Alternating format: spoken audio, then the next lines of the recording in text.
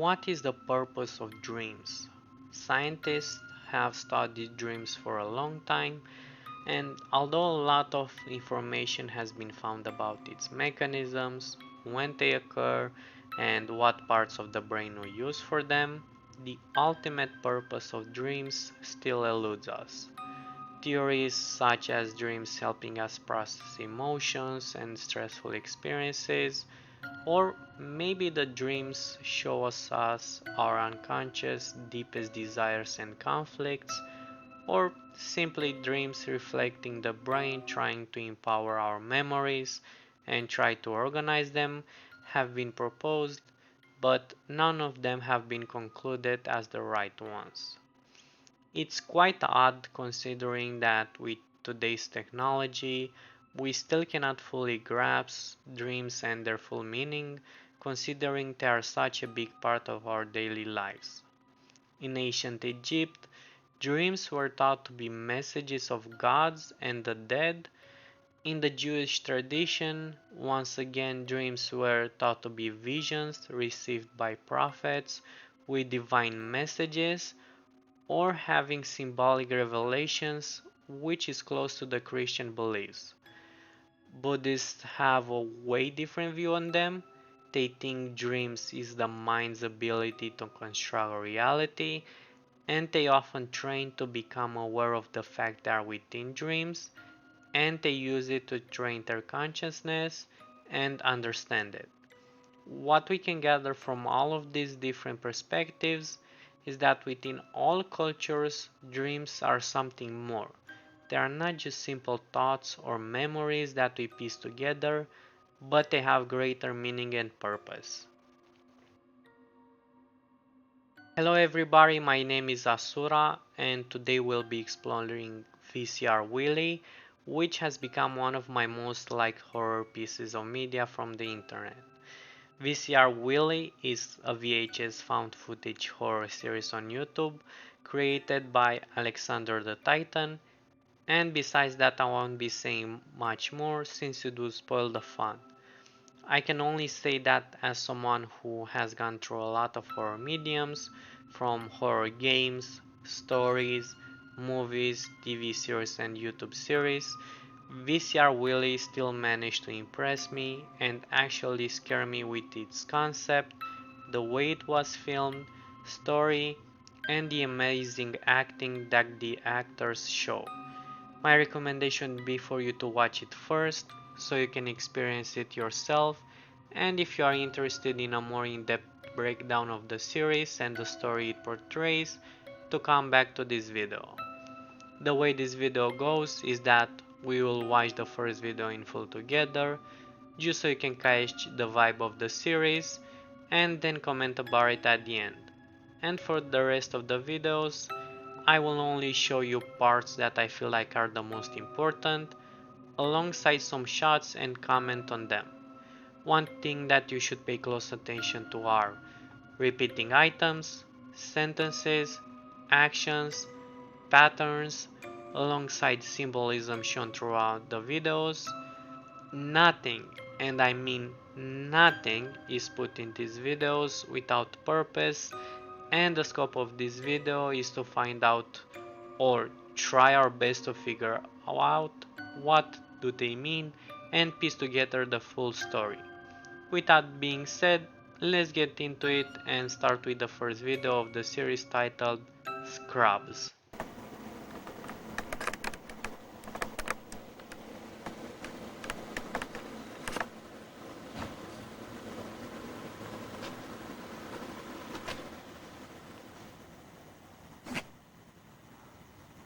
Thank you for coming.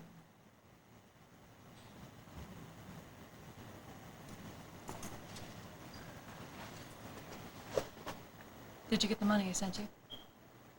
Yes. Come in.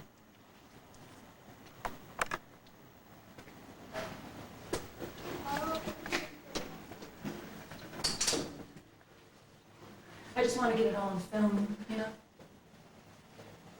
Show him how ridiculous he's being. I also want to show his mother. Jerry hasn't been the same for the last few weeks. I can't even really explain why. Do you understand what I'm saying? Never mind. Amanda, You scared us. what is going on with all that noise? You just calm down, man. No, man, I can't. Because you and that husband are making all kinds of weird noises all throughout. And me or my wife can't sleep. Who's this? Is he filming us? Stop that. Just don't talk to him, okay? We're doing our own thing. What kind of thing? That's none of your business, Ned. Oh, yes, Amanda. Because I need to work in the morning and I need to sleep. Don't you get that? Well, maybe it's because my name isn't Amanda, it's Hannah. Just back off. Management is hearing about this in the morning.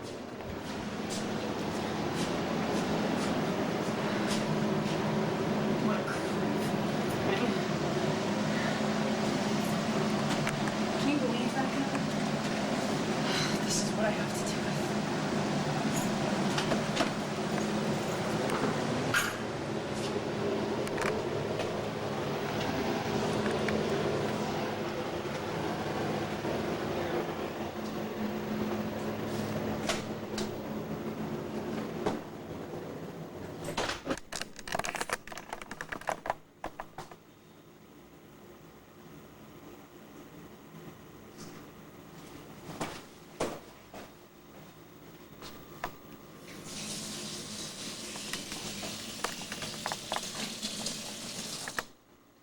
Would you like some water? No, thank you. I can get you the good water. I prefer tap water, but we have the good water over there.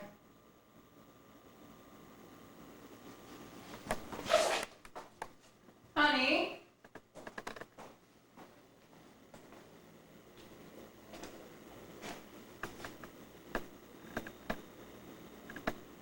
So as you can see, I'm wearing nursing scrubs. That's because I just came from work. Actually, my husband Jerry and I met at the hospital. Coincidentally, I was the nurse and he was the patient. He's such a wonderful man, I couldn't pass up on the opportunity.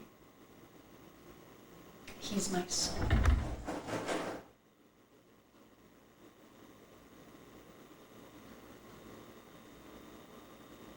Come on.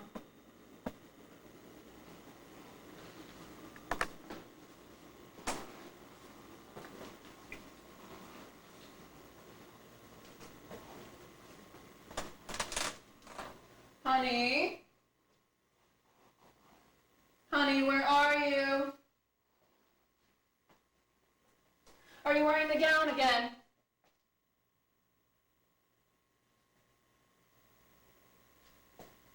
Are you under the bed?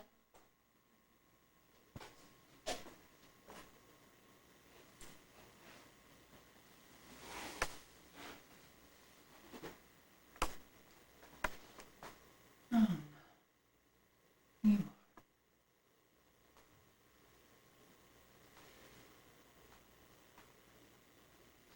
When he sleepwalks, he sometimes forgets that he's not a patient anymore.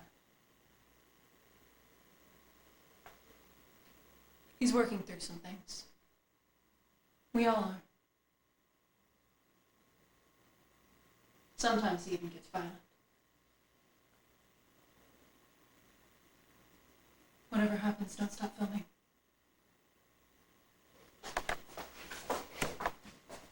Honey?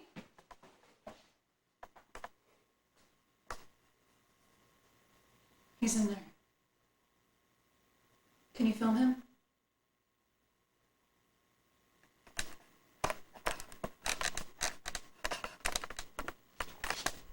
He won't hurt you.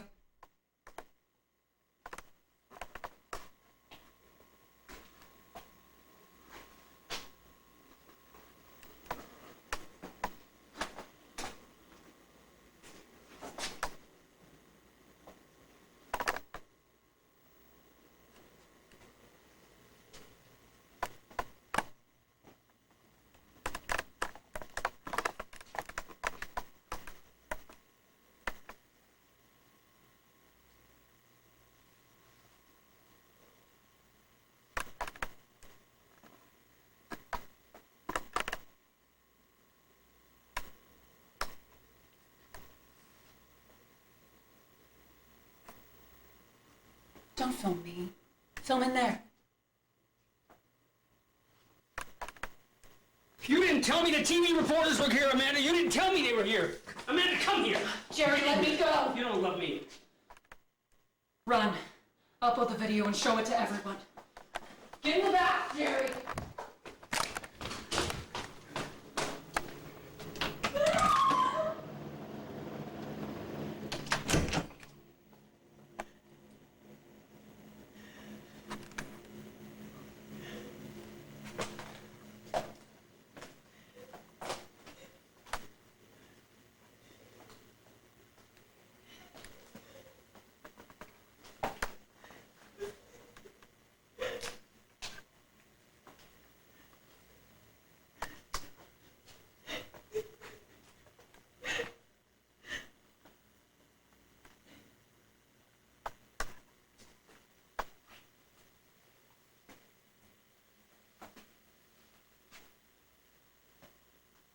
I told you he sometimes gets violent.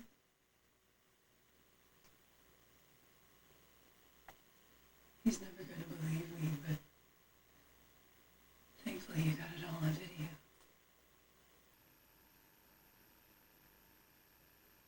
You should leave now, Alex. Leave!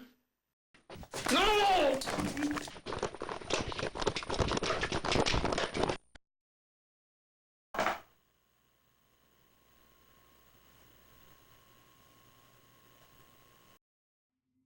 So, that's our first video, Scrubs. It starts with our protagonist Alex in an apartment building parking lot and Amanda, or maybe Hannah, who asks our first important questions, and that is if he received the money. After the argument with her neighbor, we enter their apartment and we get this weird look from her. And as she explains the situation, another important question comes in, and that is if Alex wants water.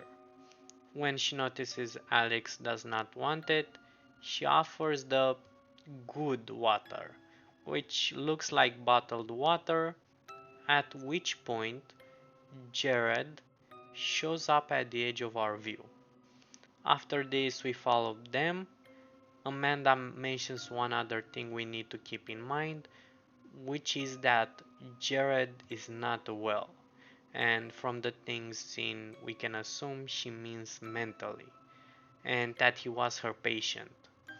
After this, we follow them around the small apartment. Jared becomes erratic and Hannah tells us to run, at which point she screams and Alex turns back to see what happened, seeing Amanda standing in a bathtub, and later Alex gets attacked as well, and it seems that we kind of jump in the bedroom and everything ends. Some other things that you might or might have not noticed are the way people talk. And I don't mean this in a bad acting way. It just seems off and peculiar. Amanda at times seems emotionless, and a few seconds later on, she seems weirdly happy. We also have Alex, which is our recorder, who also does not seem fully there. Like he has no agency over his actions and he just simply follows instructions and gets Gary through the motions alongside Hannah's weird staring and very obviously not having the lights turned on in the apartment. A few things to keep in mind as we move to our next video titled Trowel.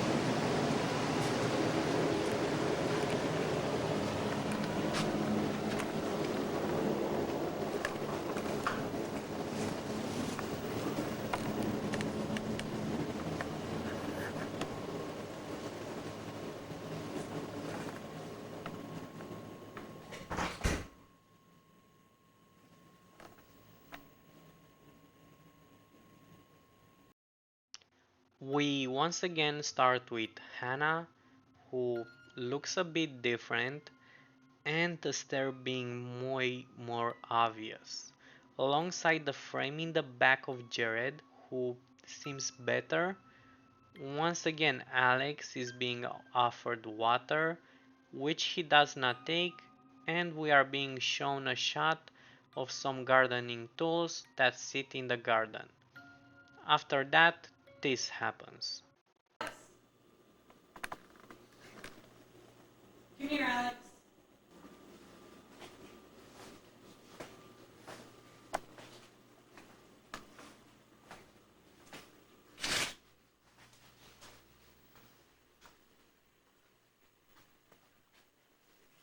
Down the hall, on that bench, there's a book.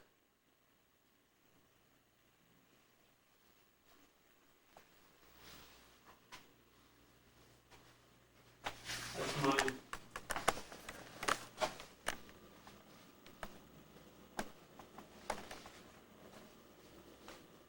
And we have our next important piece of the puzzle, and that is the Bible, or to be more exact, what it represents, and that is Christianity.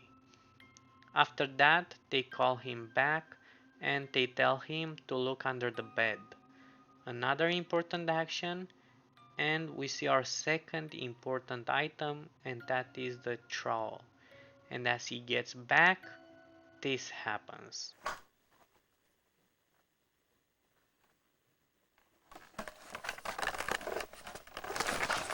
I didn't do anything. I didn't do anything. I didn't do anything. Are you going to tell on me? Are you going to tell on me?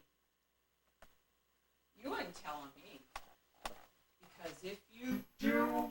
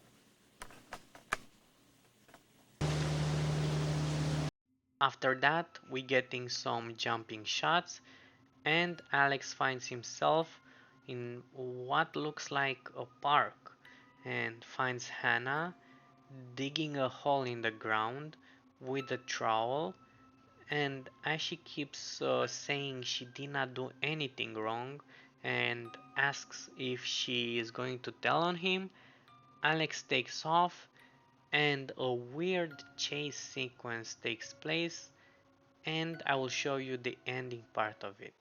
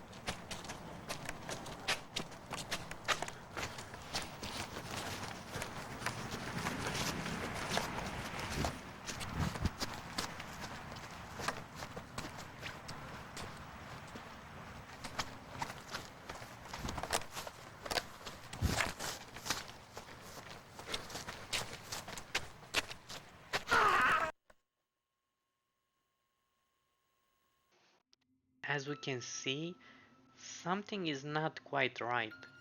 Even though Alex is fully sprinting ahead and he's panting, at times it is like he's standing in place, and although she's barely walking at normal speed, Hannah in the end manages to catch him, and after we are back in the bedroom and the video ends. Like mentioned, we have some repeating things to keep in mind, like the water being offered, the stare, lights off, and some new items and actions that we should remember. With those things in mind, let's move on to the third video, and that is Mimic. Mimic starts like this. Hey Alex, I know we've been playing phone tag. An update on Jared is I haven't heard from him. Nor do I want to hear from him. The way things ended was unfortunate. His mom called me asking for his whereabouts, and I have no idea, so I said I have no idea. She did mention that Andrew, his best friend, saw him at the old movie theaters in North Hollywood. I don't think the theater is in operation anymore, but I'm unsure. It's not my concern anymore, you know? Anyway, I hope you're well.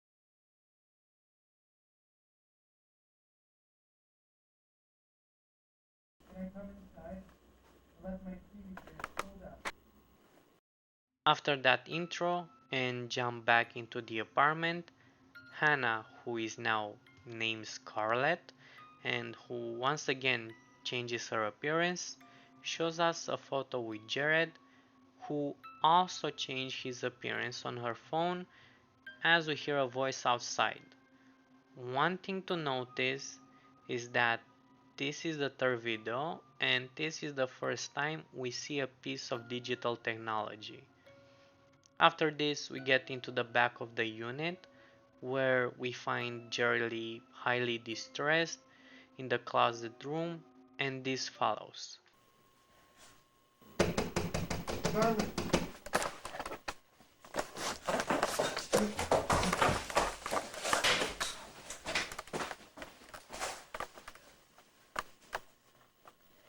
It wants us to look at it. Maybe if you point the camera out the window and we'll review the footage later. Just the camera, not with your eyes.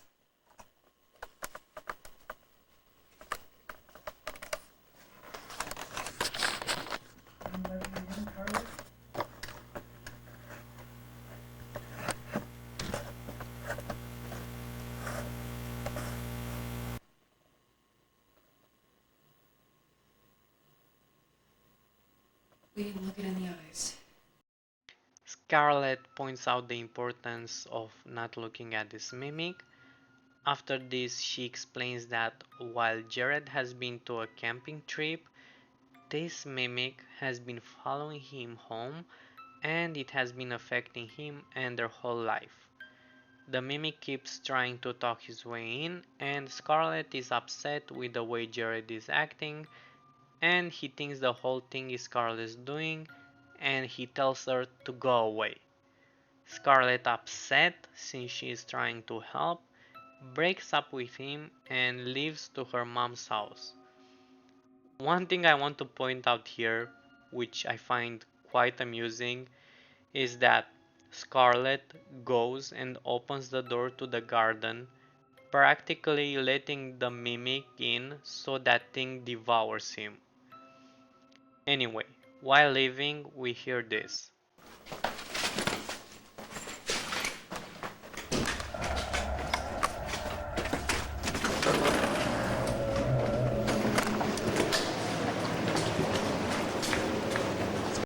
Which is absolutely terrifying.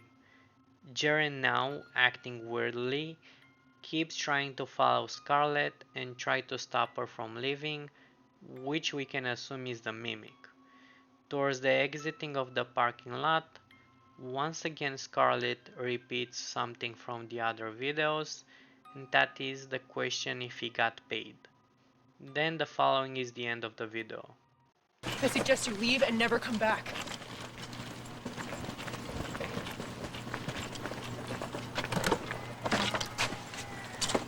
Leave, Alex. Get out of here. Scarlett!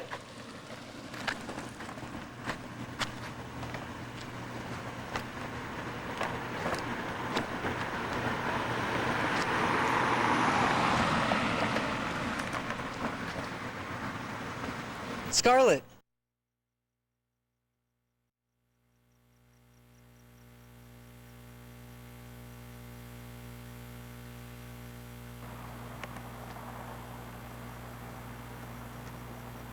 Scarlett's a liar!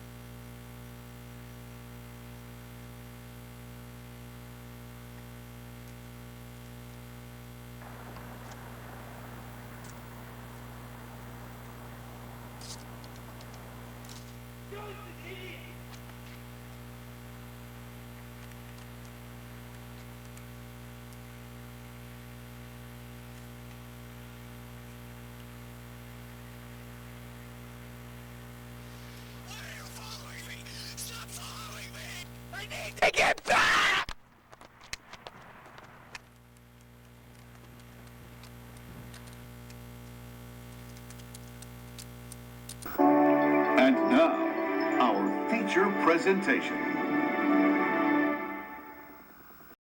As we will progress through the series, we'll see that the smartest person here is Scarlett, and she gave the best advice ever: run and never come back. Before giving my thoughts on what I think of the series so far after these 3 videos, let's first hear from our protagonist Alex, who in the 4th video chose to give us some information on what is going on. On November 21st, I decided to pivot. Not because I felt like I needed to do something different, but I actually felt passionate about something that I wanted to bring to you. You didn't tell me the TV reporters were here, Amanda. You didn't tell me they were here. So on the 21st, I released Scrubs. All cap title, no description. The next week I released Troll. The next week after that I released Mimic. And maybe I should start at the beginning. So November 20th, the night before the 21st, I go to sleep and I close all the doors in my bedroom. The closet door, the bathroom, the bedroom door. I've got to have all the doors closed before I go to sleep because if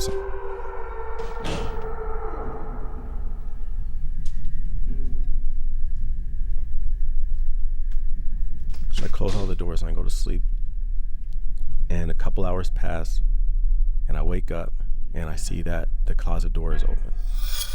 That's weird. I never leave the closet door open. There's nothing to really be afraid of, so I get up and I walk over to the closet door, and before I can close it, I see this.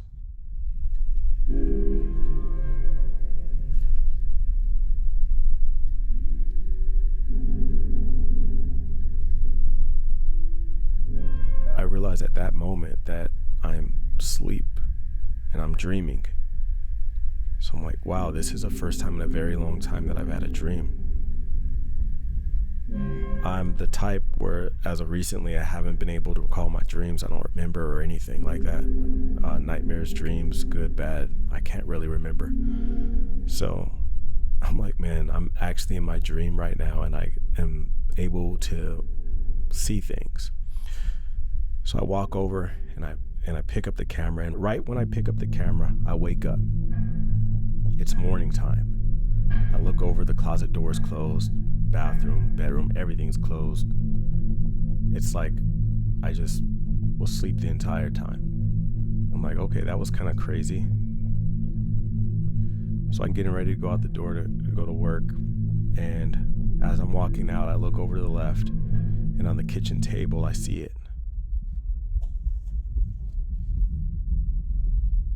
So I don't know if I made mention of this before, but the reason I knew that I was in a dream was because I don't own one of these. I haven't bought one. No one gifted one to me. To the best of my knowledge, no one left it at my house. So when I see it at the kitchen table, I'm like, what the heck? And I notice that there's a tape in the cassette deck. And I can't turn on the freaking thing is broke. The camera's broke. So I can't open up the cassette deck to get the tape. So I end up getting like a butter knife and I pry it open. And I'm trying to see what's on this tape so I can figure out how this camera got in my house. So I managed to get the tape out, and then I don't have a way of watching it because the video camera doesn't have a battery. So I get on Facebook Marketplace and I find a digitizer. A digitizer is somebody that could take like a VHS tape or like, Super 8 film and turn that into a digital format. So I managed to find one of those guys. I bring the tape to him, and later that day he sends me a digital file back. And as I'm watching the file, I have deja vu, because the video that I'm watching is actually the dream that I had the night before.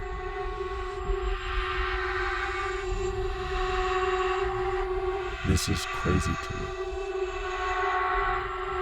So I watched it back like 10 times in a row, and I'm like, what do I do? I have no idea what to do. Who do I tell? I upload it to YouTube. I title it Scrubs. No description. I wanted you guys to relive that dream with me. And ever since that day, I leave my video camera right on the table where I found it the morning of. A few days go by, and I look at the video camera and I notice that inside the cassette deck, there's a tape. I grab the tape, bring it to the digitizer. He sends me a file later that day. This is troll. Who are these people in my house? Why am I able to capture these dreams?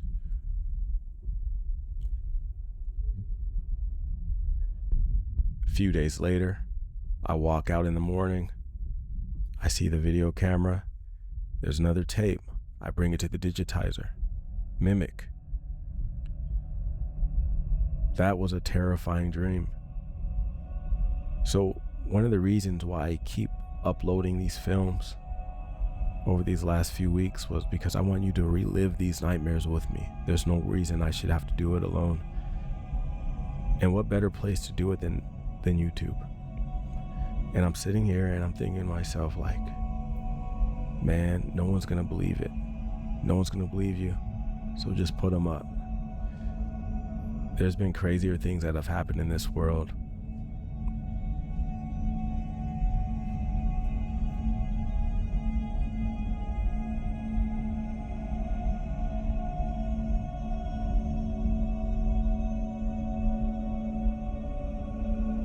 So, as said by Alex, if it wasn't obvious by my introduction to this video, everything that we've seen so far are dreams, or to be exact, the dreams that Alex forgot.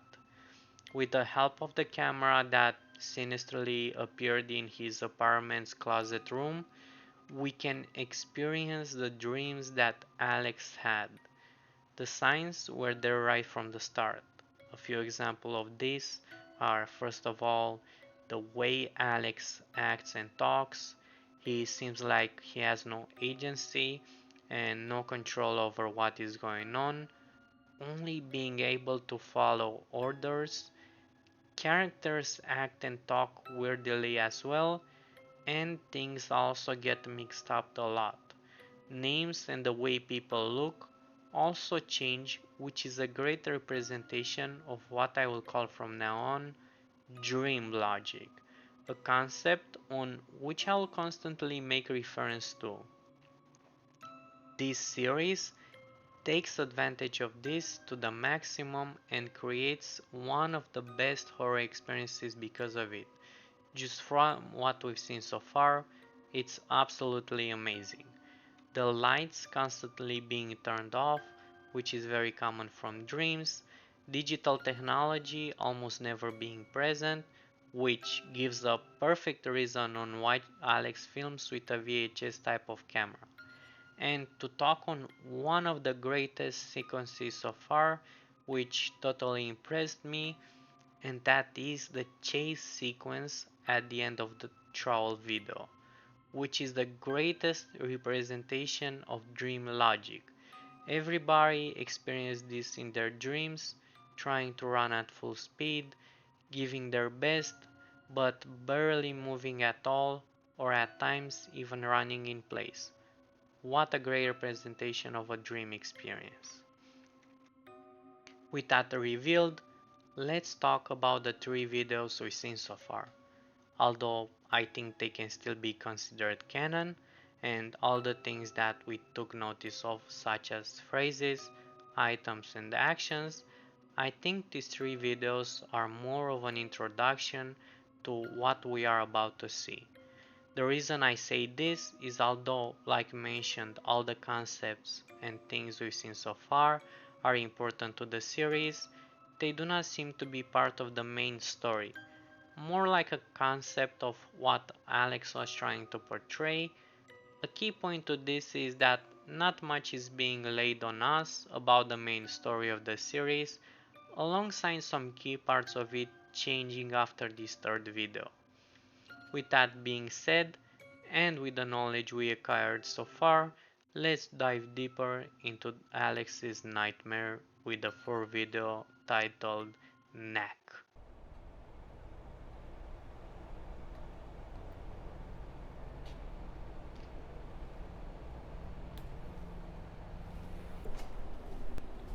You received your pay, right? I do. Okay.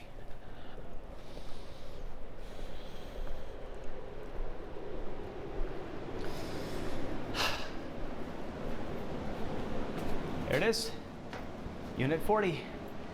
I got it at a great discount because, well, I'll explain that inside. But first, before we go in, can you just get a nice clean shot of the door?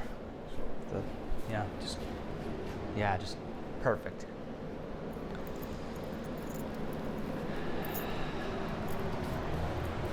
Okay.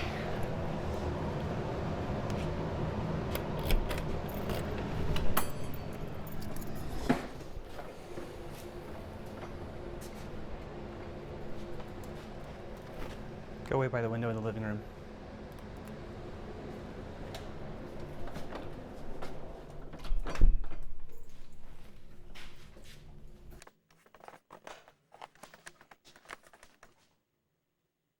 By the window.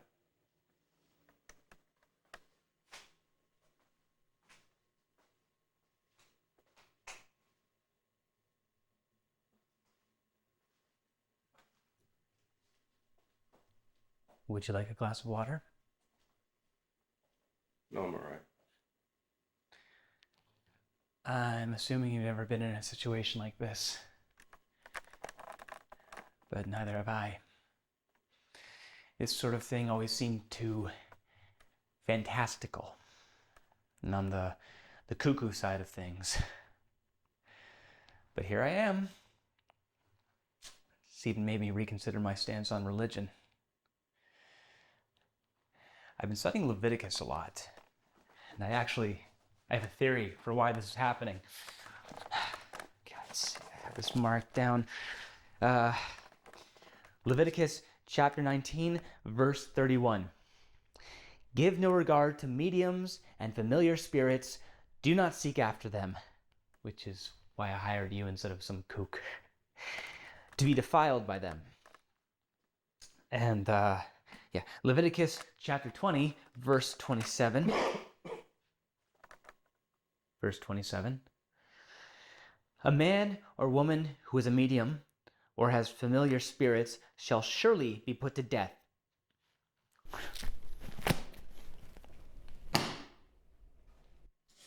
But I should actually rewind before I get into this theory. I got this unit at 67% off the listed price. And I was surprised that no one else was taking it, but then they told me why and I understood.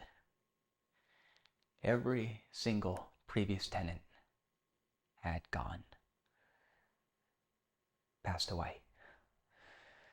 But, hey, as the owner, what are you going to do? Not rent because of a ghost? Whew.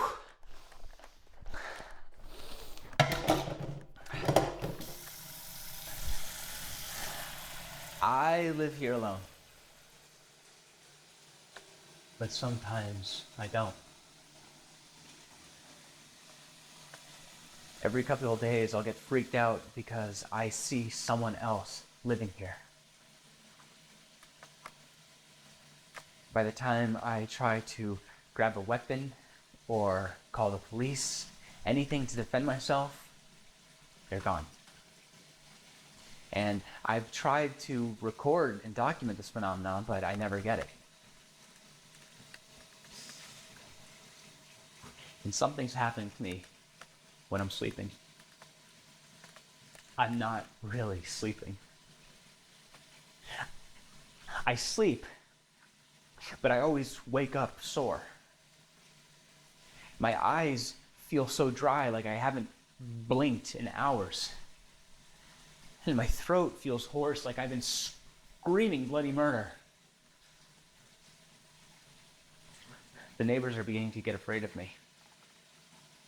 They look at me like I'm some sort of psycho killer.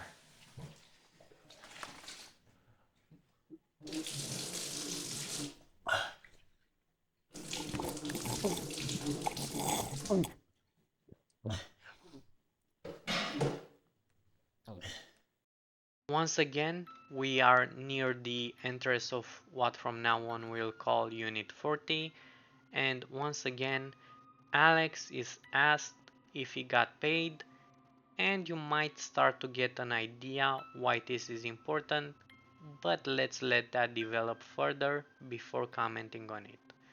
After he lets us know about the dark past of the apartment and quotes us that Bible verse about mediums and spirits, he drinks tap water from a big ass pot, even greedily I might say, like his life depends on it. And although you might find this quite amusing, as I did when I watched it the first time, please do take note of this recipient, since it can help us create a bigger picture later on. Let's move on with the rest of the video. Something's happening to me when I sleep. But that's why I've hired you. I want you to... Hello? Hello?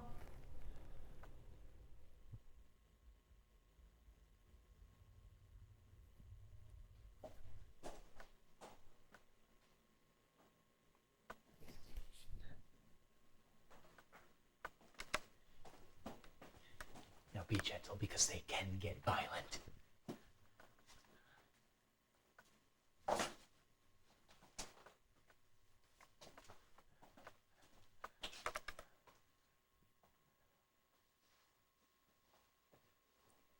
Did you see that?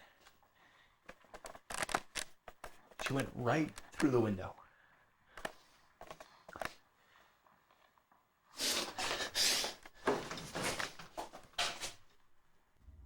Hello?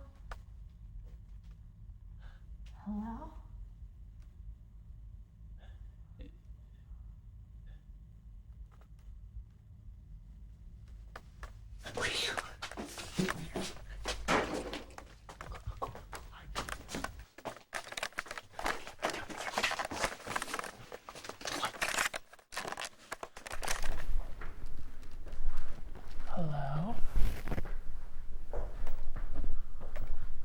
Is this where you are?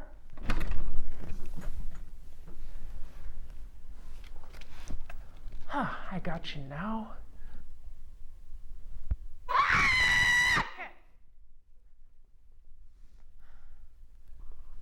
Are you alive?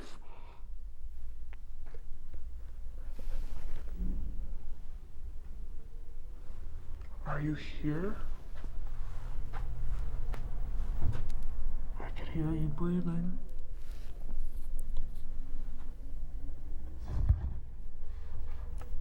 Hello, Nap. Is it time to go back already?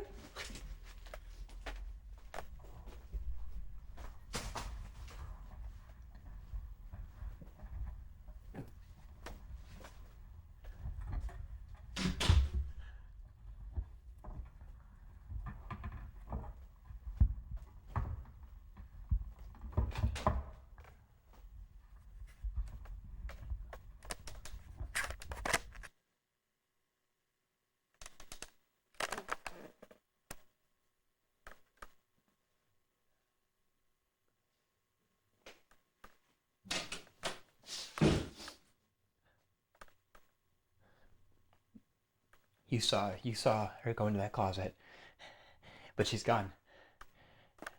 Go look for yourself.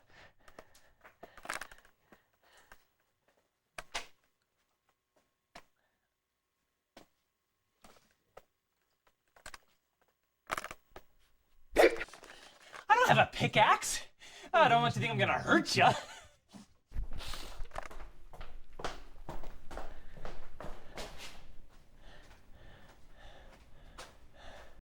After this interaction with the female ghost, he once again goes to gulp water from that pot, and then he quotes us another Bible verse, which is Luke chapter 11, verse 24. When an impure spirit comes out of a person, it goes through arid places seeking rest and does not find it. Then it says, I will return to the house I left. And he explicitly says that this place has a very dry atmosphere. Now, the interpretation of this verse is Jesus practically saying that we cannot take a simple neutral stance against Satan, and we must choose God. Now, the inhabitant of Unit 40 says that this place feels very dry in atmosphere, so arid. And in this verse, arid places can be interpreted as places where demons exist, implying that Unit 40 is full of them. After that, he asks Alex to film him while he sleeps, since all the bad things happen then. He goes to bed, but he forgot to brush his teeth, so he goes to do that, and when he gets out, he says this.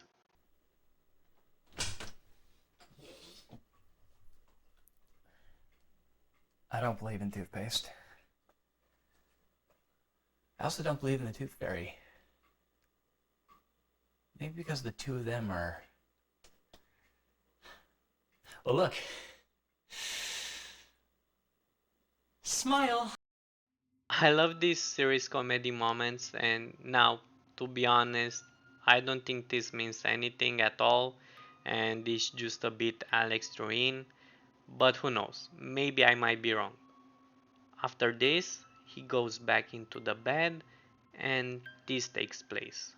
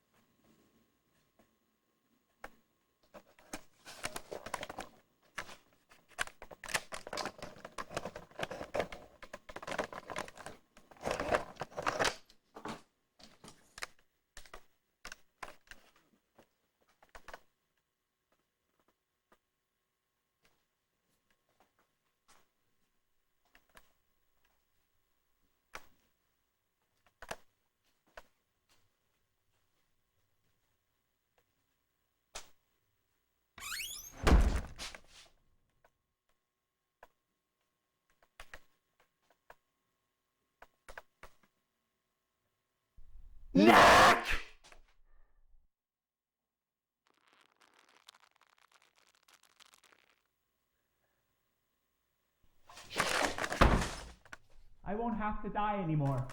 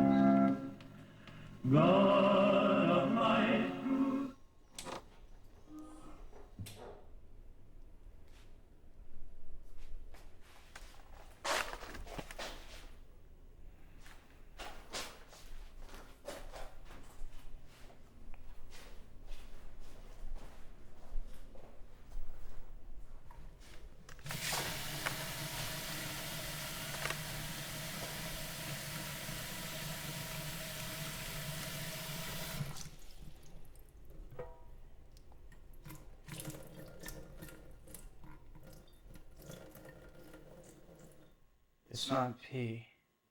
It's discharge.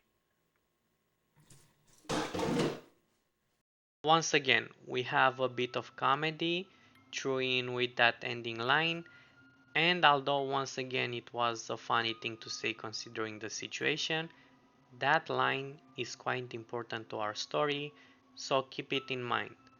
After that, he goes back to bed, and a bit later on, the shot jumps to this scene on the couch. Are you recording? Yes. I have 2 passages for you. Deuteronomy chapter 18, verses 10 through 12, paraphrased. There shall not be found among you anyone who conjures spells, or a medium, or a spiritist, or one who calls up the dead. For all who do these things are an abomination to the Lord, and because of these abominations, the Lord your God drives them out from before you. And also Proverbs, my personal favorite book. Chapter 3, verse 24. When you lie down, you will not be afraid. Yes, you will lie down, and your sleep will be sweet. I know that you said all of those things are real, what you showed me on the camera playback, but it didn't look it. I don't act that way. I'll still pay you, of course, but I mean, come on, you're a YouTuber. I know the things you do. I should just hurt you now. I should just hurt you now. Shouldn't I?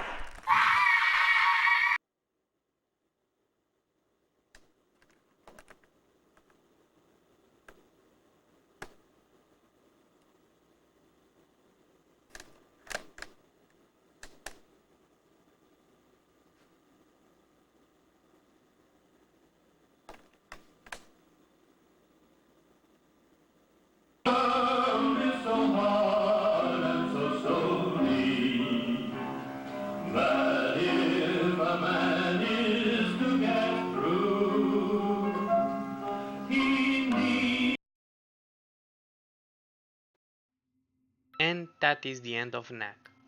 So what we can get from that? First of all, the question of being paid, and that subject is being brought a few times during the encounter.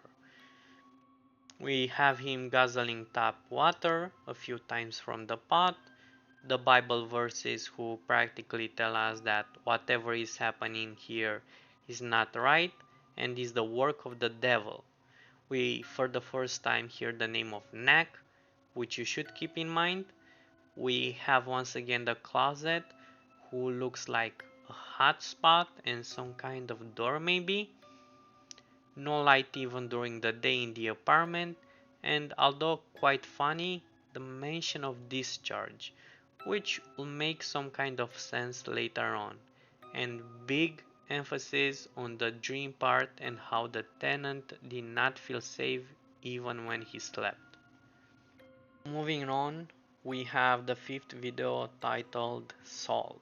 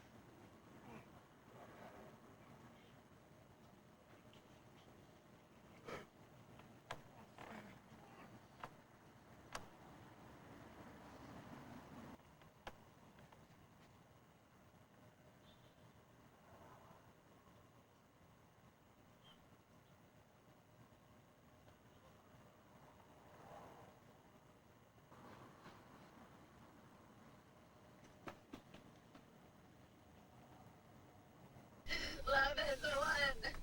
Love is the one. Love is the one. Love is the one. Love is the one. Love is the one.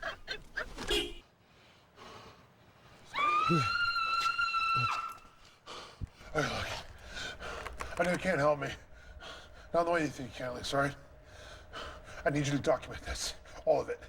My pastor needs to know what's going on. There. She's in the orange grove, right? Go.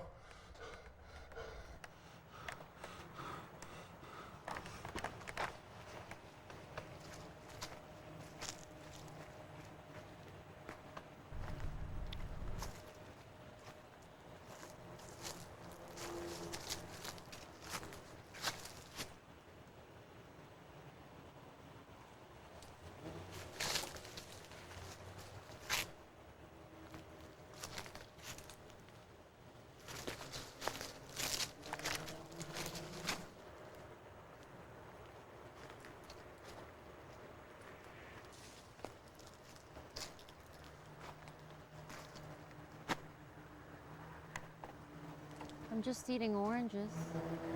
I'm not doing anyone any harm.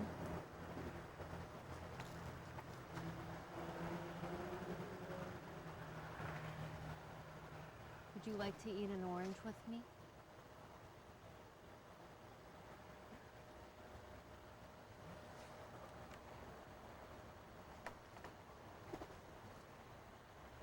I said, would you like to eat an orange with me?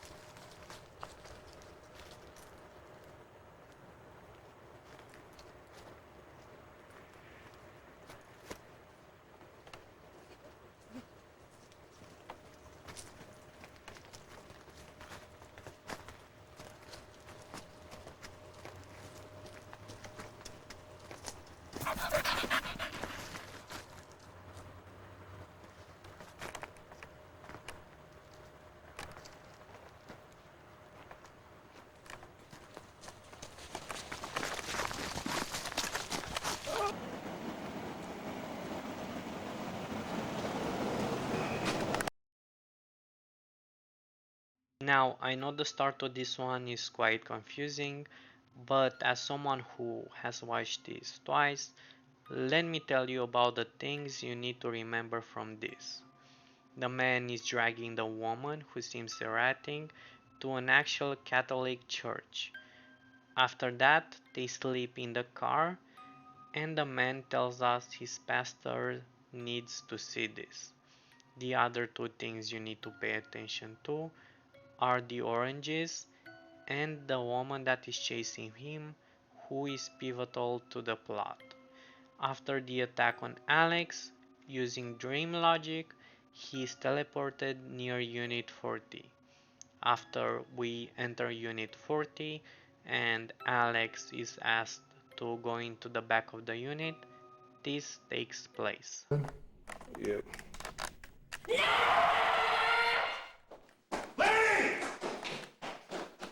Wait here a second. Lenny! I love you. The truth is never wanted you and never wanted you. Can you just please try to control yourself for 1 minute? Not because a woman will listen to you. Cameraman show like we discussed, Oh, remember? yeah, like we discussed, you're pathetic. I want nothing to do with you. Nothing. Don't you want to get better? Oh, better? Better? Better! Don't you remember, like before you lived here? That kind of better! How? How can anything be better than this? I don't know, okay? We're trying, okay? We're trying to figure this out. Now will you try with us, please? No.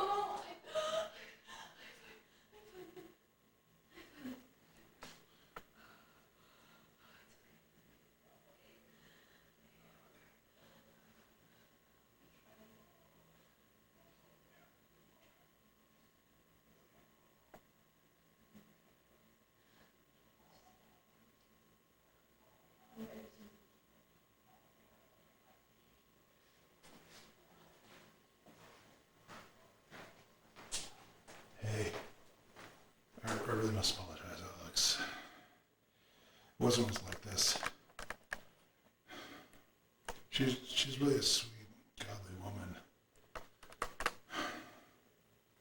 You know, my parents always wanted me to meet a girl like that. You know, I wanted to find a good job and meet a wholesome woman. You know, someone who can raise a family that will embrace God.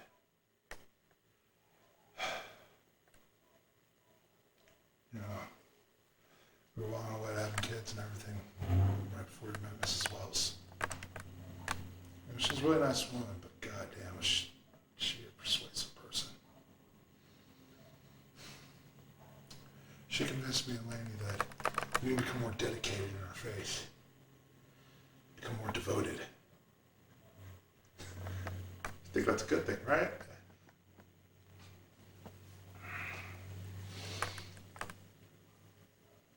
Would you like something to drink? Maybe some water, perhaps? No thanks. Okay, fair enough. I mean, I don't blame you. I wouldn't be too thirsty after hearing all that craziness myself.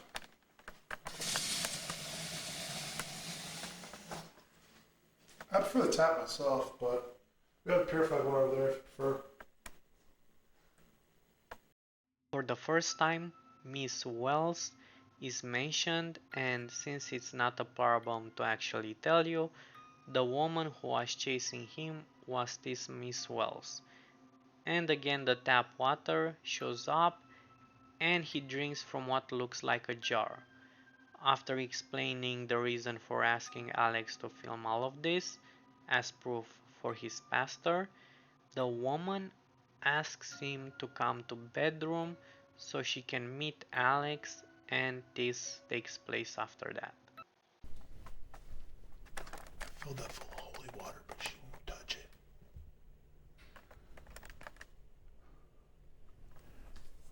Lane's got her suspicions on why all this is happening, and, well, I have my own. Simply put, after we left that megachurch, we started following Mrs. Wells. And she convinced us that we needed to start worshiping the Mother. God the Mother, they kept saying. Now, Call me old-fashioned, but you should never denounce God. Because that's when the devil comes in. Boy, did he ever. We changed church. We changed our beliefs. So naturally, Lainey started to change too. She started behaving strangely. Started talking differently. Hearing these voices all the time. It's like she was having conversations with someone inside of her head. She'd run off to the closet for hours, sometimes even days.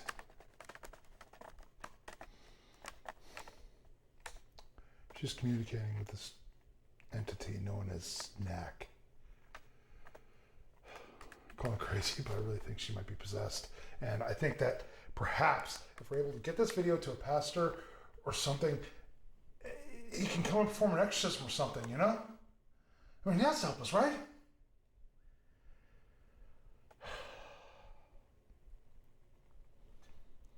I just want a simple life. Hey, would you mind sticking on this line for a second?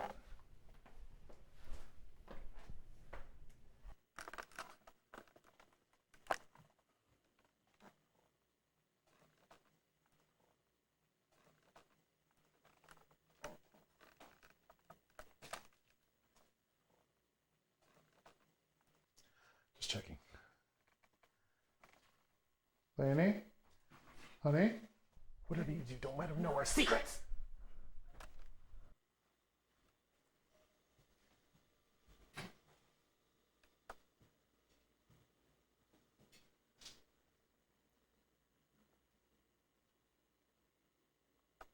Is that the cameraman? Yeah. His name's Alex. Hey, Alex. Hey. Did Max tell you about God the Mother? Yeah. Did he say bad things about her? Lainey, he's here to talk to Shut you. your mouth, swine! Did he tell you about Knack? Yeah. Lainey, if we could just... I don't want to be violent tonight, Max! No, and I don't want that either.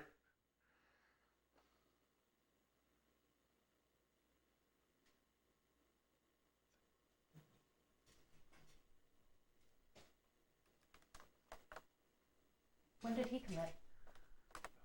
Just right now. Why am I standing on the bed?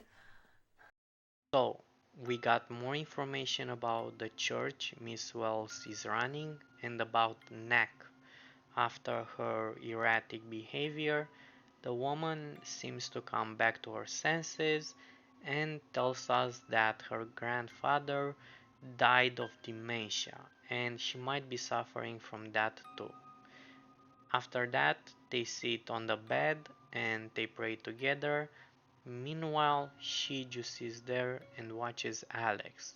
And after a speech about tough times in families from the man, the woman says this. Dementia. Or the black mold in the shower. Oh. Max, did you tell him about the mold? No. Why not? Would you like to see it? Just play along. What? It says she's not wrong. Oh. Come this way, Alex.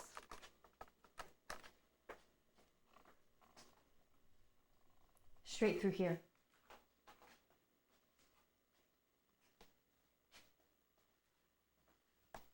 All the way to the shower drain.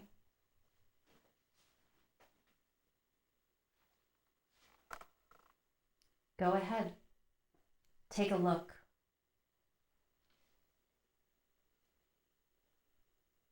Get closer. You won't be able to see it otherwise.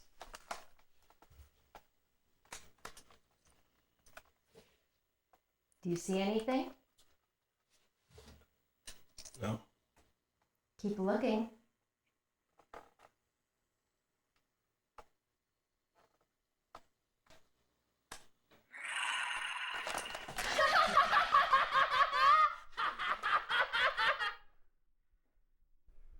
Would you like to know his name? Alex, come on. No! I think it's time for you to go. Come on. Why don't you come here? I'm not going to hurt you.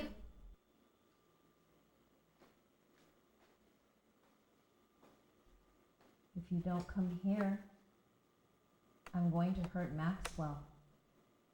All right. I'm going to hurt him bad. All right. Calm down for a second.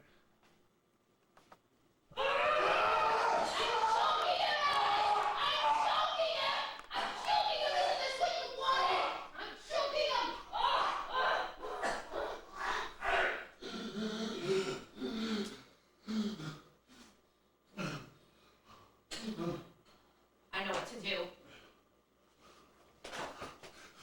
She's going around! Run!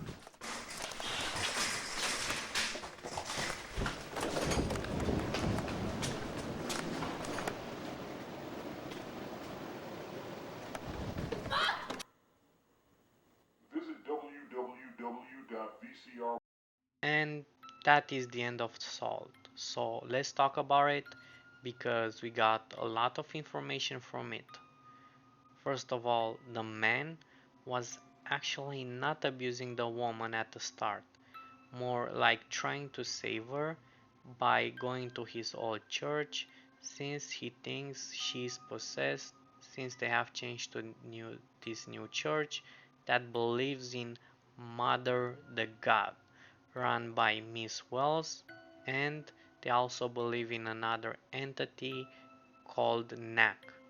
I also have to mention here again, we have a bit of comedy because like I like the way the man mentions this so casually. He makes it seem like he just joined the cult like it's nothing. We have the symbolism of oranges, which I will tell you now in this series is fertility, the man drinking water from a weird container, and the mention once again of mental illness and this family going through a rough time. One very important thing that we are shown is the mold in the water pipes and the sound that comes from it. And once again, let me make a connection for you, and that is to the tap water they are drinking.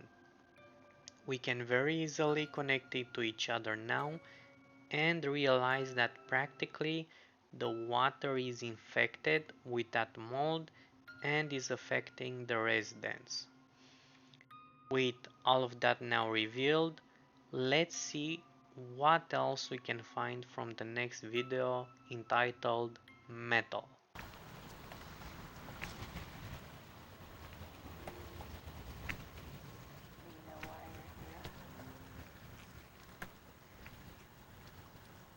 Whether you believe in it or not, people will come into your space. They'll try to take over and make themselves known through you.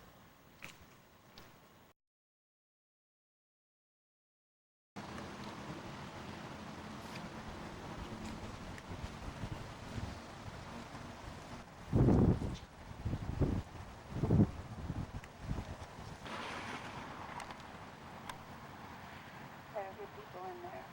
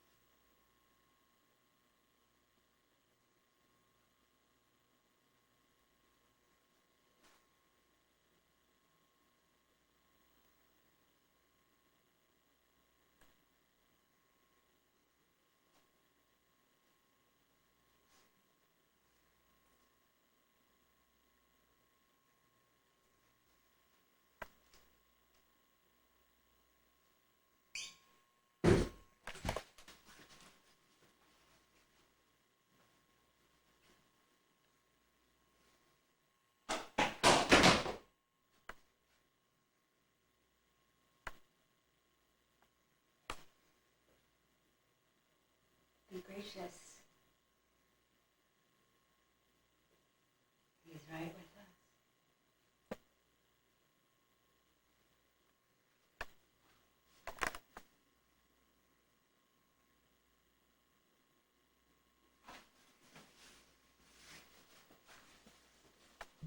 If you ever think you see something, that's because you did.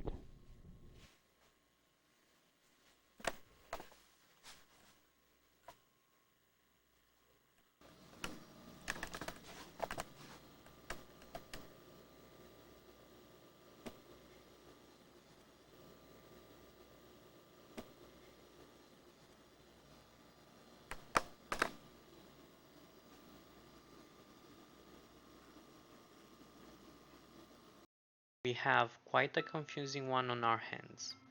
We start this one with a few places, jumping around with that dream logic we got accustomed with, and we have at first what I think is the headquarters of Mother the God Church, then a mortuary that might be important later on, and then we jump inside Unit 40 with a man on the bed that wears what looks like a patient garb. Here we have an encounter with Miss Wells, and we get some more information from her, and that is a killing ritual is needed for Knack to descend. With that, let's move on and see what else happens. What will I say?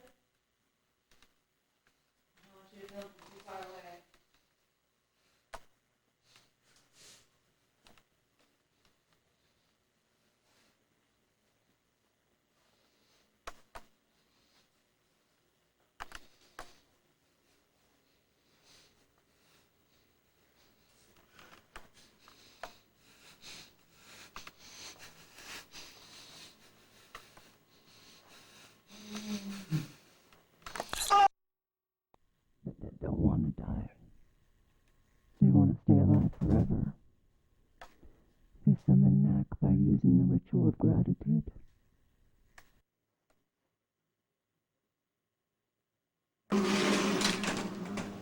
But a man who is kind to another and cheerfully helps him along.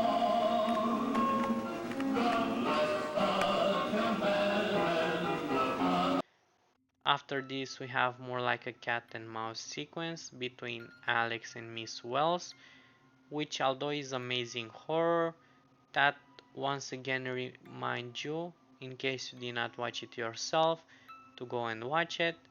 It's not pitiful information gathering, but I do want to show you things in case you did not watch the video yourself or missed it.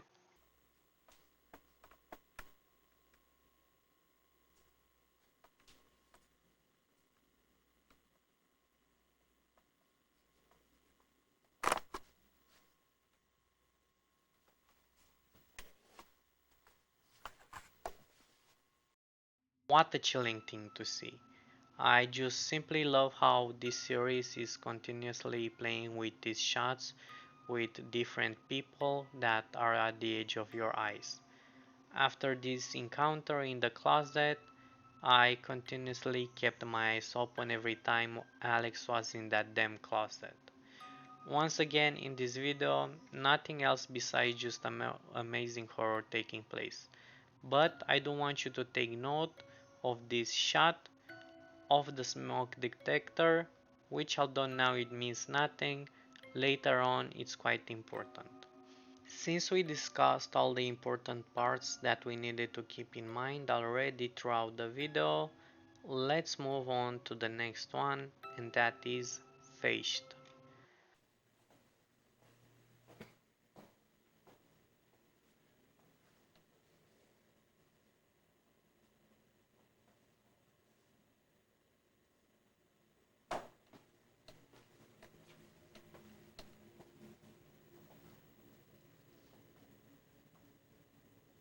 Honey, Yeah? you okay? Yeah. Why don't you come to bed? No. Sure you don't want to come back to bed? No. All right.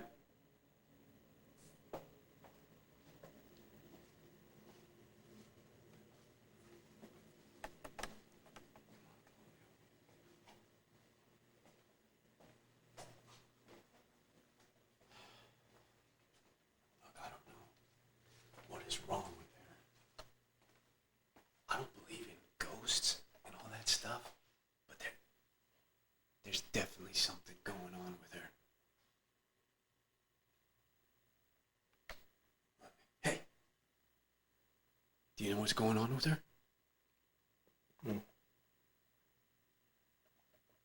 Look, I'm sorry. Look, I haven't slept much in the past couple of days, okay? And there's something that's off with her.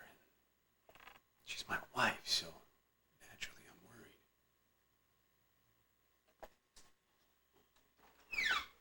worried. We meet this new couple, and the topic of sleep is once again brought up.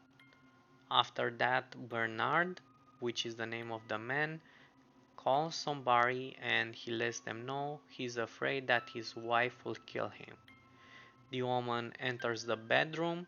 She has an episode in which she tells him that she does not want to get filmed. Then Alex covertly films them as they move around the city, and after that, Bernard, alone in the parking lot, tells Alex that his wife's fascination with death is becoming a fetish. With, while covertly filming them in the apartment so the woman won't find out, the couple has this discussion. What are you thinking about? You know what I'm thinking about. Why? You know why. I know why, but I'll never understand it. You won't understand it until it happens. Bernard, the ritual of gratitude is a gift. You think this life is a gift, but it's not. This is pain that you'll have to go through again and again and again. Just because they say something doesn't make it true. You've seen videos of it. Homicide has never been pleasant to me. Stop calling it that. The ritual of gratitude is the single most life-changing event that anyone can go through. It's love. It's precious. It's... What's going on? What's going on? What is it? I don't know. Seems weird. Is somebody there?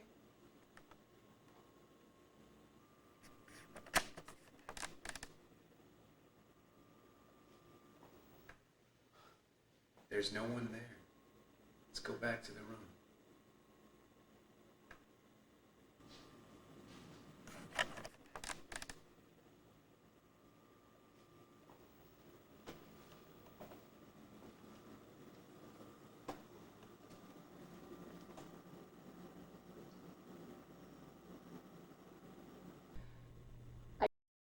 I just want you to be happy.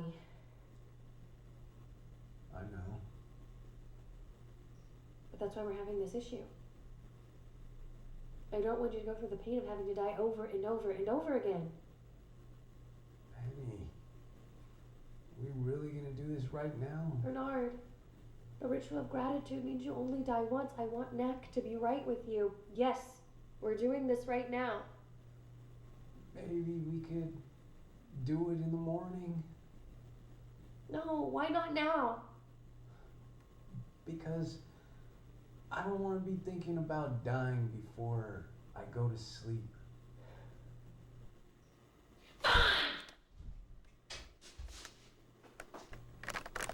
Bernard! I guess that coffee didn't work very well, did it?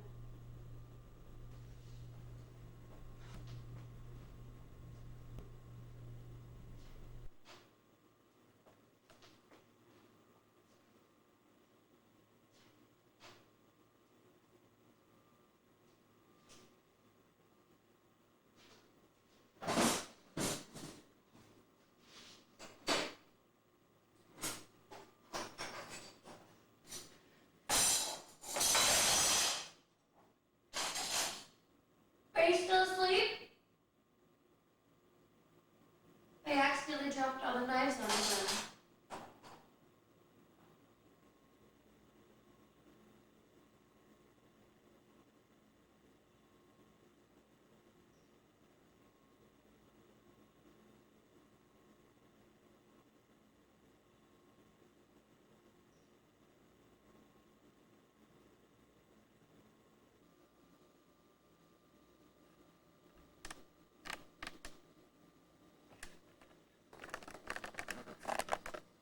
The TV will drown out all the screams.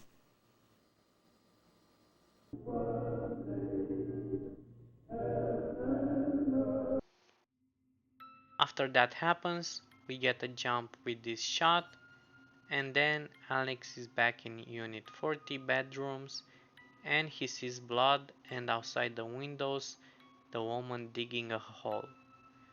Once again, some great horror takes place for a while here with the wife and Miss Wells, and then we get a jump to the mortuary with Bernard.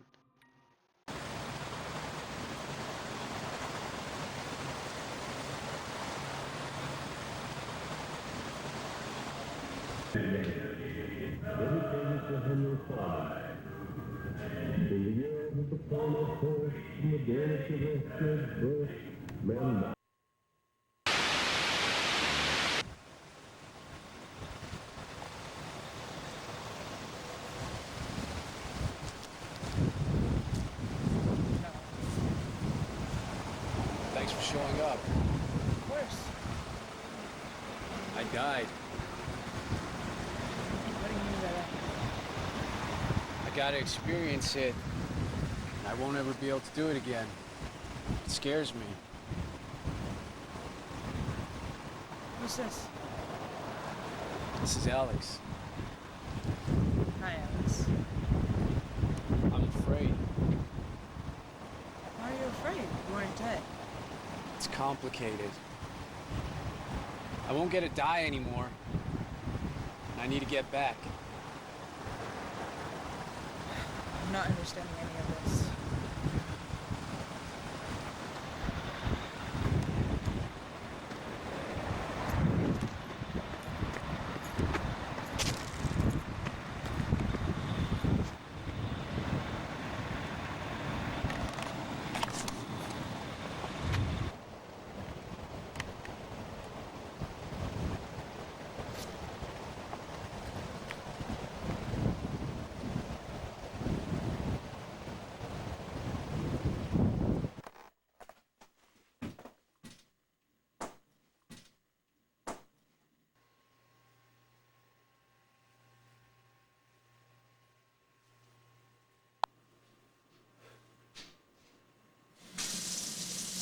You want some water?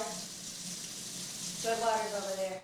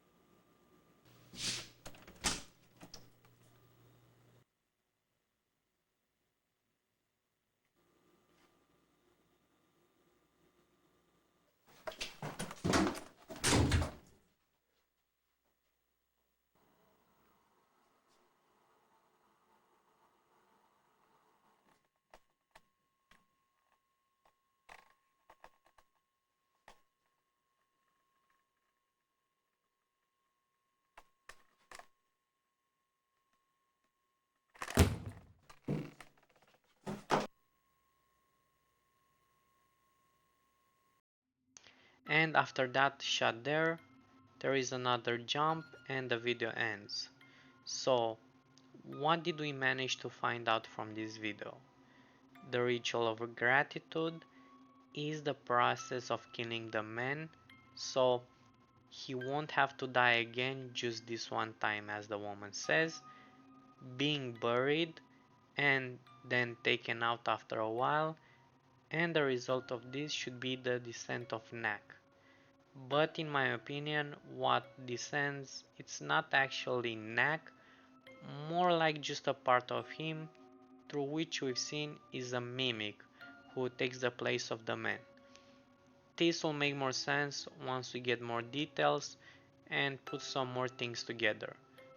Other than that, what we need to pay attention to is the cooler box. Let's move on to the next video, and that is Mound. Do you see her? Over there? Every night, she comes out to the shopping center. I don't know what's going on with her. Come on.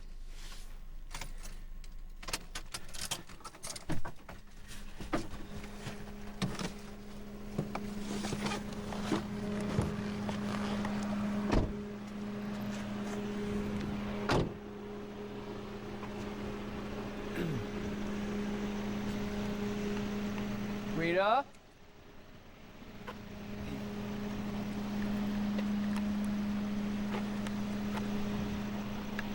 Rita? Honey?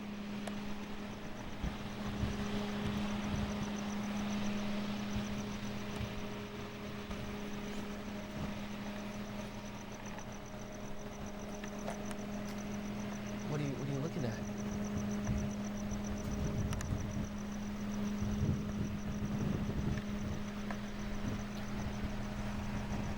You know, it's 3 o'clock in the morning.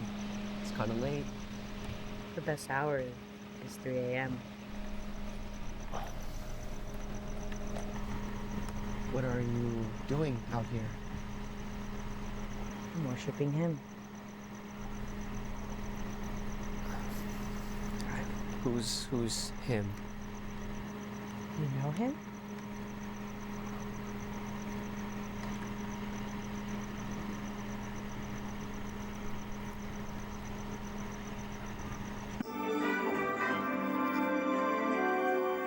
The only thing that really matters right now is how many souls can we snatch from.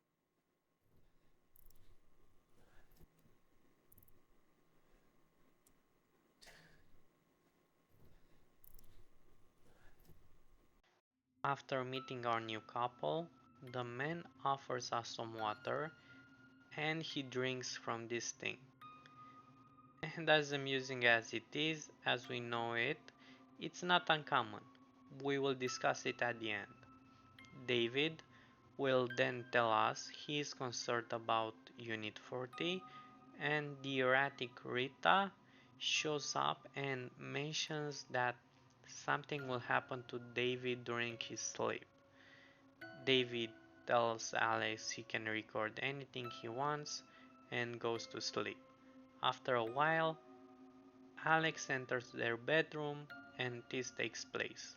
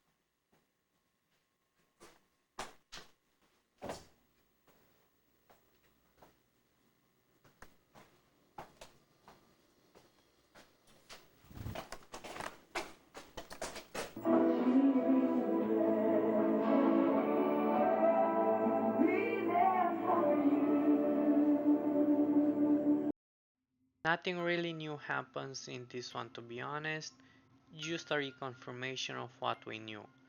The woman seemed to wear a white garb that are pretty common in cults. They worship Nak and they kill their husbands during their sleep for the ritual of gratitude. The thing I mentioned about the containers and the fact that the men drink tap water from weird containers is because I think the men are seen as lesser beings, so they don't have the right to drink from a glass. This would make sense since they worship Mother the God, and although Nak might give you the idea that he's a man, after all it's a demon and gender cannot really be applied to it. The other interesting thing about this video is its name.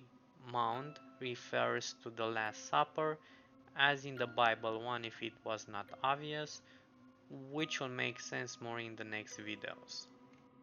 Moving on, we have renounced.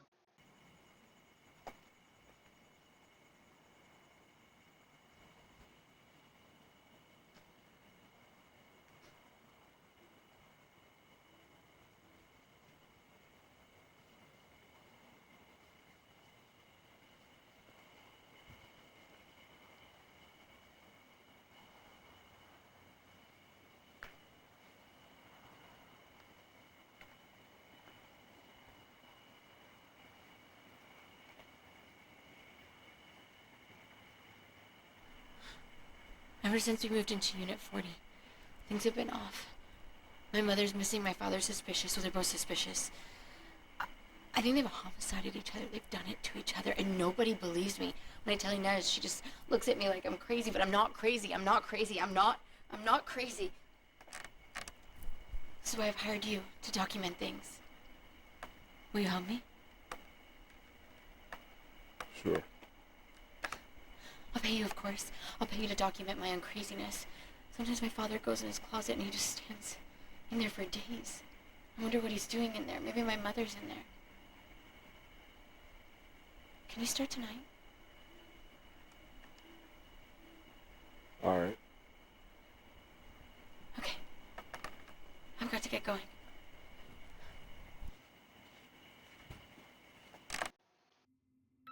After that, we meet her father Rodney, who warmly invites us in, and he asks Alex if he believes in Christ, at which point he says yes.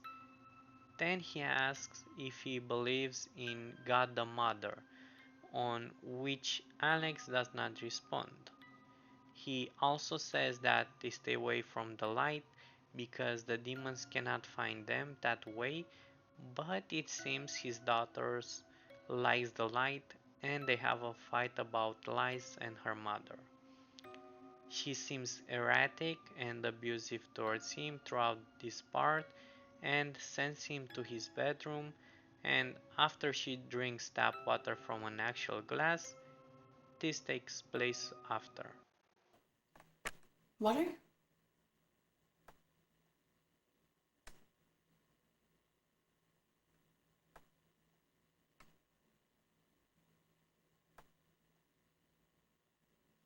So, yeah, I don't know what I want you to film. I feel like I just want you to film everything. I mean, you never know what you're going to get. You never know what you're going to capture. And once I show this footage to Inez, she's not going to be prescribing me medication. Oh, no! Daddy?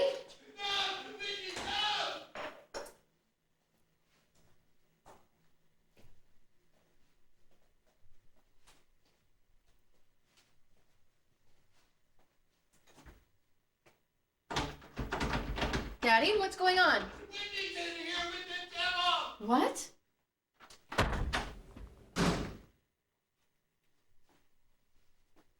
Daddy? Where are you? Out here. Under the bed. What are you doing down there? She's behind you.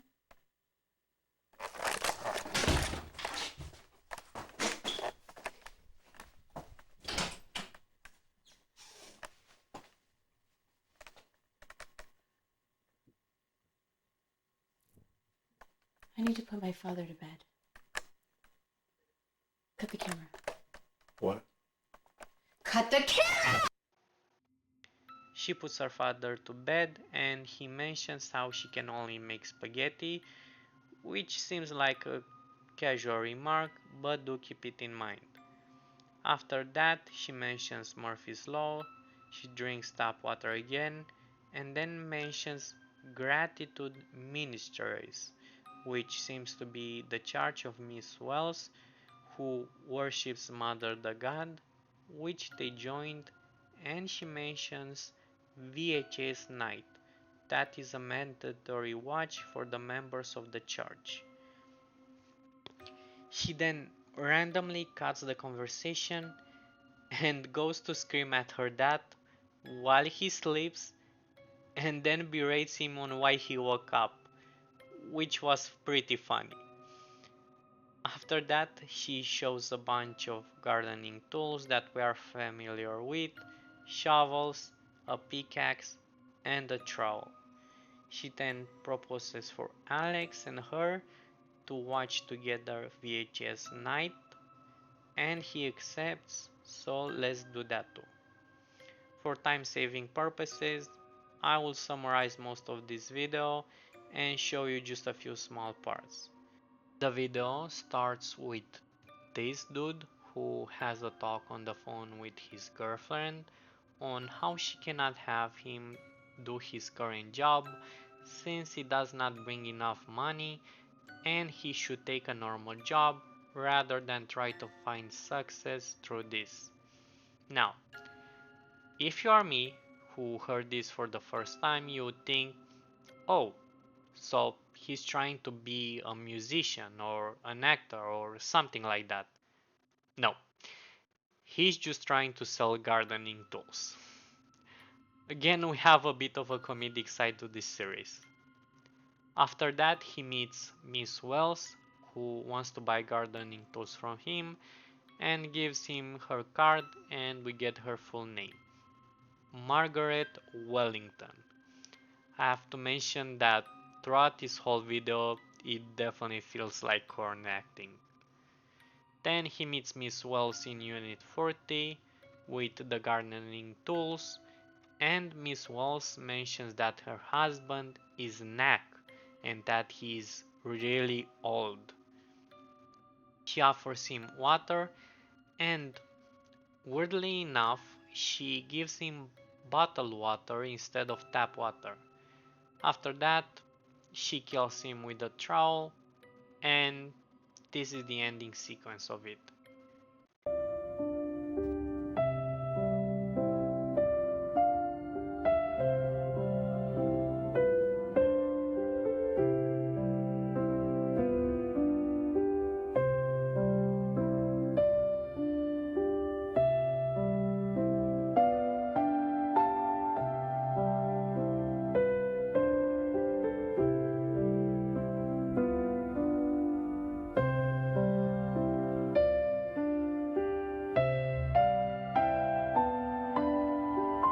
You won't have to die anymore!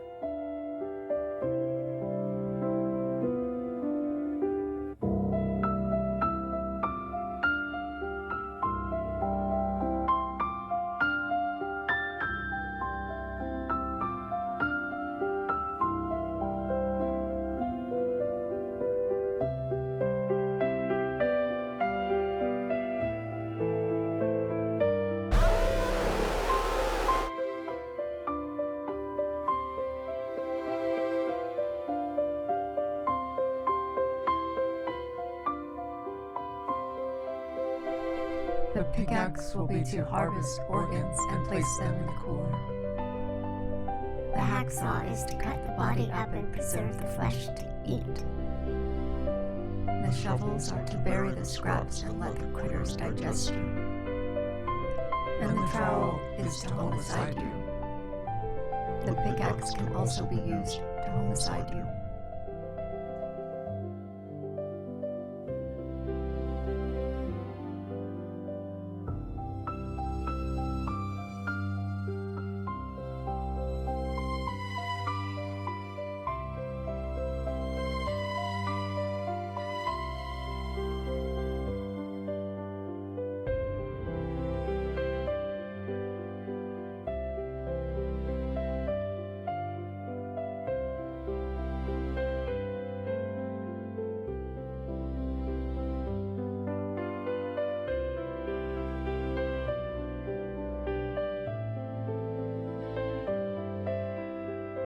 Yeah, what a great watch.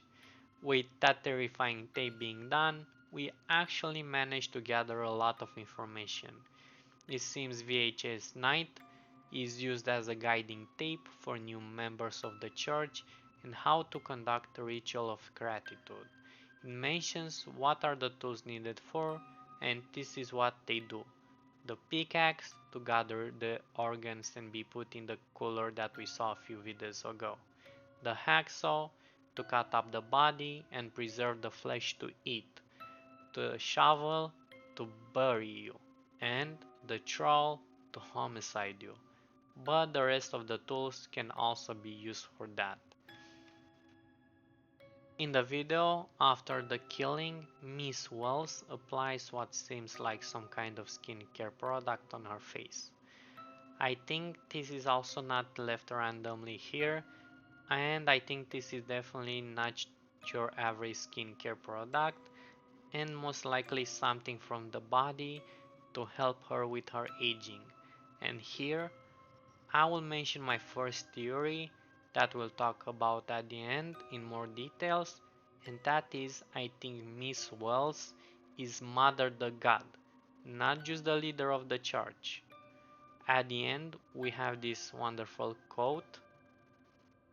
For those who don't know, Lush is a metaphysical concept popularized by researcher Robert Monroe, describing a subtle, energetic substance generated by living beings, particularly through intense emotional experiences like love, grief, or fear.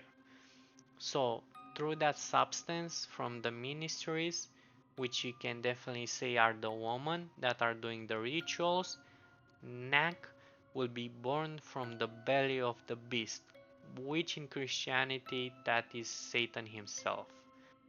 Now, knowing all of that information from the amazing guide from Miss Wells, let's get back to our original video renounce. They finish VHS night themselves, and the woman gets to wake up that poor man again and makes Alex go into the closet.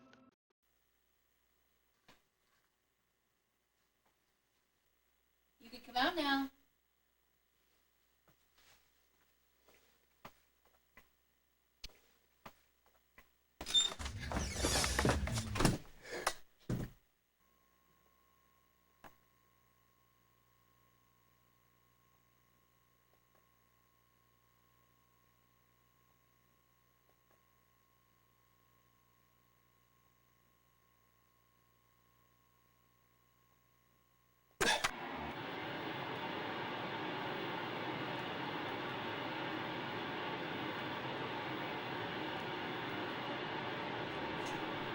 Thanks for not leaving. It isn't apparent already. I have a lot of mental issues. I can't stop feeling sad all the time. And happy and confused and all of the feelings all the time. But it's okay. It's according to plan, just like in VHS night. But it's a lot.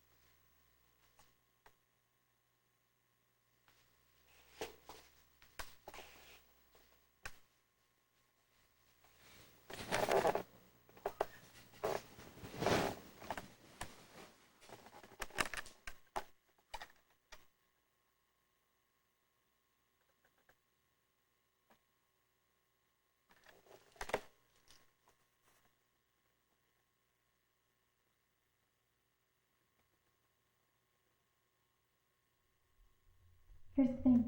Mother's gone, father's gone. They'll be back, but they're gone right now. Luckily, they don't have to die anymore, thanks to me. Knack will be right with them. So why are you here is the question. Well, for Inez. She needs to know that I'm okay. No more prescribed medication. I'd like to be in my right mind more often. What's crazy to them isn't really crazy. It's just too much truth. I know you like to sleep with the door closed. Do you want to know why? When you're asleep, if the door is left open, we're watching you sleep. We're draining the life force from you while you have nightmares or sweet dreams. This everything existence is not quite what you think it is. You're in the distant layer, creating other layers.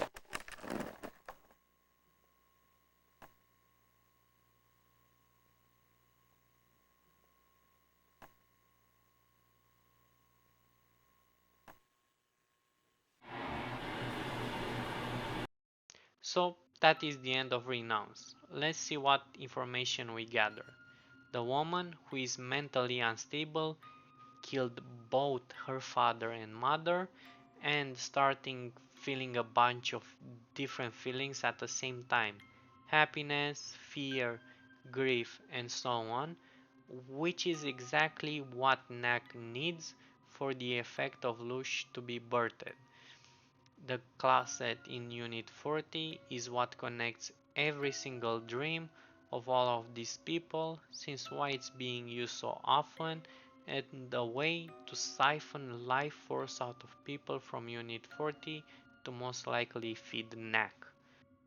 Our next video, Brual, starts with a shot of this, which will become important later on, and then we are inside Unit 40 with our new couple, or more like inmates.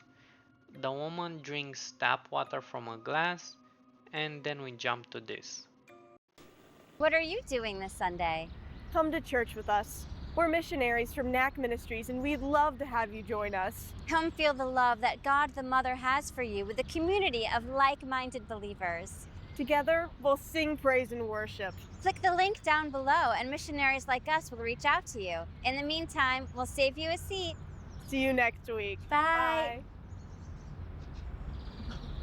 Did you get that, Alex? Yes. Good.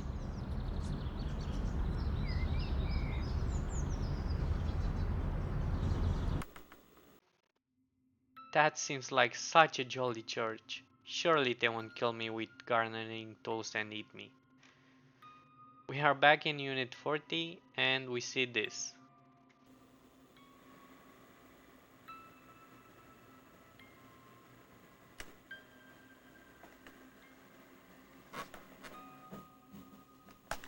I burn him!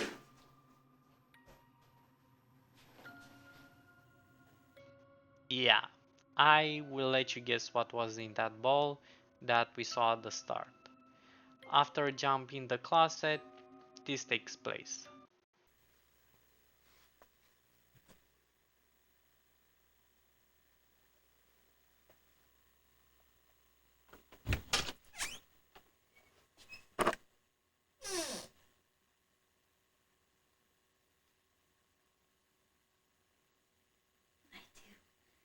I feel much better now.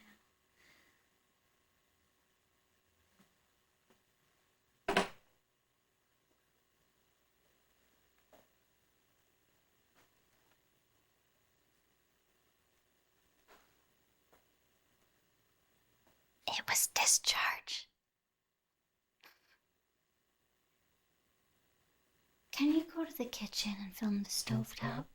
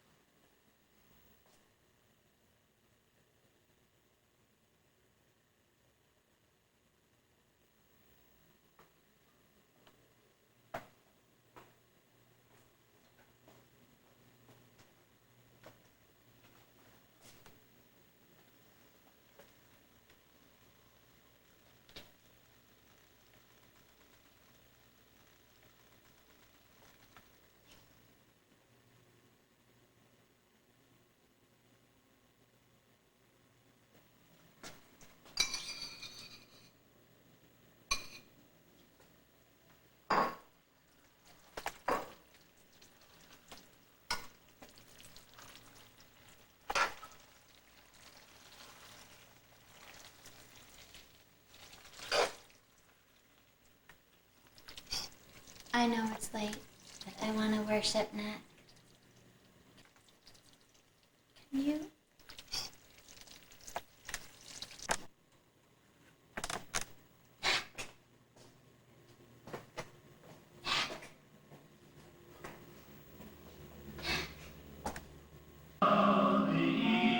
After that, her partner wakes up and starts stirring up that spaghetti. I mean, look at this. I would slap my own mama for this fucking spaghetti.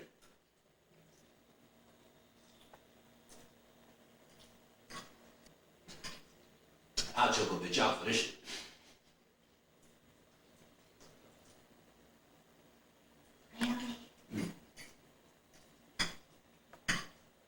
Now, from all the things we've seen so far, can you guess what is in that spaghetti? Pretty sure it's discharge and period blood. Yeah. After that, nothing much happens and we just have some great horror and the video ends. Only thing we can add is that this woman, before performing the ritual of gratitude, seemed to feed the men spaghetti with discharge and period blood. And although absolutely gross, it seems to be a pretty important part of the ritual, most likely to prepare it for Knack. Next is Did, and after a starting scene in some kind of hillside part, we are back in Unit 40. I know that it may be strange that I care so much after you witness the breakup. It's not that I care. It's just that I'm interested. Something really off is going on. I'm interested in your advice. At his mom's request, I spent a few nights there. I've seen some strange things and experienced things that I can't really explain. If I did explain, you probably wouldn't believe me. It's confusing, but I think maybe it's haunted. That is a call from Scarlett or Amanda or Hannah, however you want to call her. It seems that even though she left Unit 40, for some reason she's still attracted to it. Also, I think we are in her and Jared's dream because the idea of this video is Alex filming everything in their apartment for evidence of pretty much ghosts. A lot of great horror once again takes place that I will skip over since it's not relevant to the story, but once again, if you did not watch it, you are missing some great things.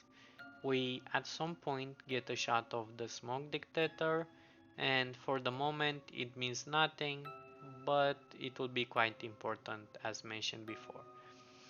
After Alex gets out of the closet, he meets somebody outside of it. Alex! I didn't realize you were awake. Did you sleep well? Yes. I guess I'll review the footage later. Could you come outside with me? When I was walking in, I saw my neighbor in the parking lot. I'd just like to ask him some questions. Okay. Sure.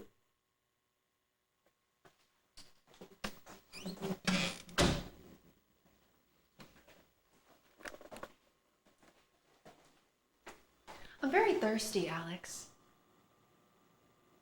Would you like some water? No thanks. Okay.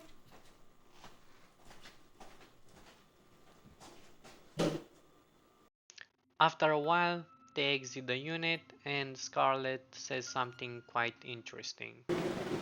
Do you ever feel like you're repeating the same scenario over and over and over?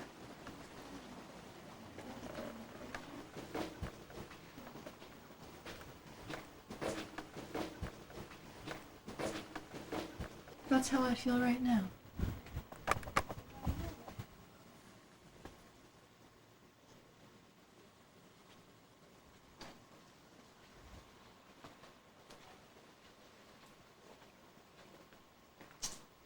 Hello.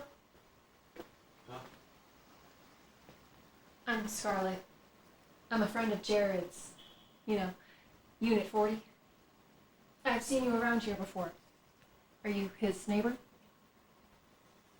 Hi, Amanda. My name is Hannah. My name is Scarlett. I'm looking for Jared. I wondered if you have seen him around here. You're the only neighbor I've seen. Sometimes this place just feels like a ghost town. Could you help us find Jared? Look, I don't care about your stupid little rotten Jared. What do you fucking want from me? I can't die anymore. I'm fucking stuck and I need to get back. You, get out of my way. Come on.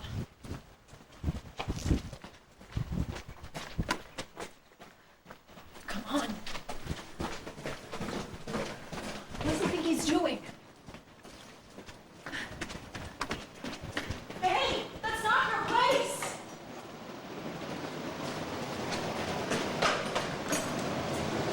Hello? Hey, you can't be in here! Hello?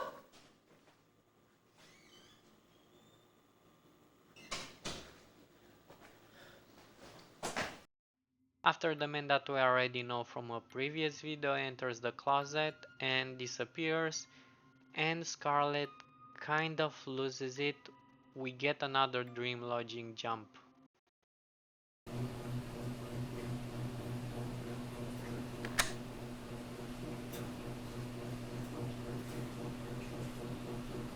Remember the woman with dementia?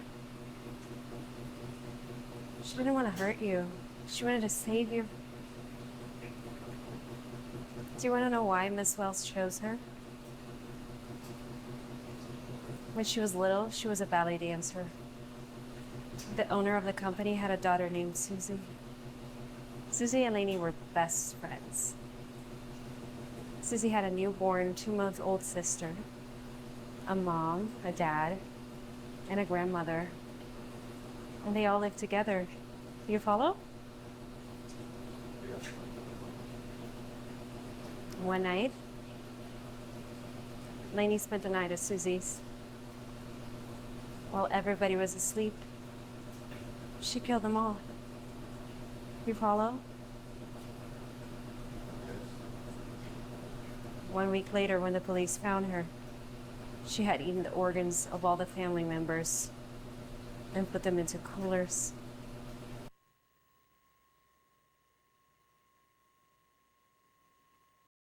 After that, we are back in Unit 40 and it seems some kind of leak is taking place because a lot of people we know from other videos show up.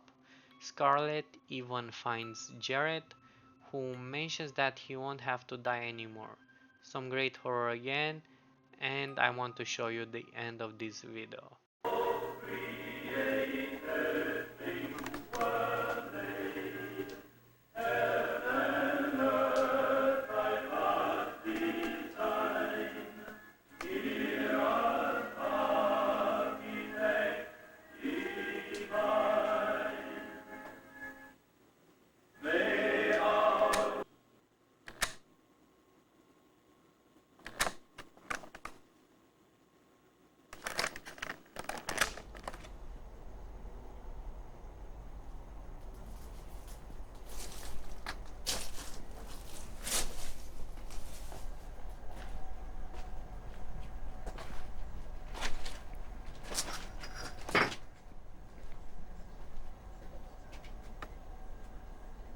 What's wrong?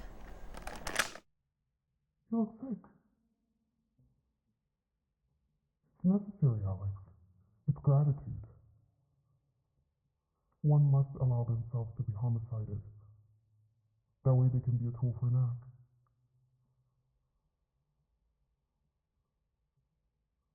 Are you afraid now?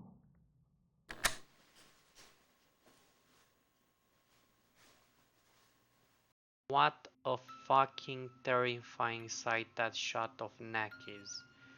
Once again, let's see what information we gather so far. It seems that Scarlett, even though she ran away from this place, she did not manage to get rid of its influence and returned to find Jared. Jared, as mentioned by another inhabitant of Unit 40, is already rotten, so we can easily assume that the ritual of gratitude was done on him and is under the influence of Nak. One speculation now that we can confirm is that the closet is indeed some kind of portal between the dreams of all inhabitants of Unit 40. Moving on, we have Stogam, and we have a brand new couple who is quite interesting.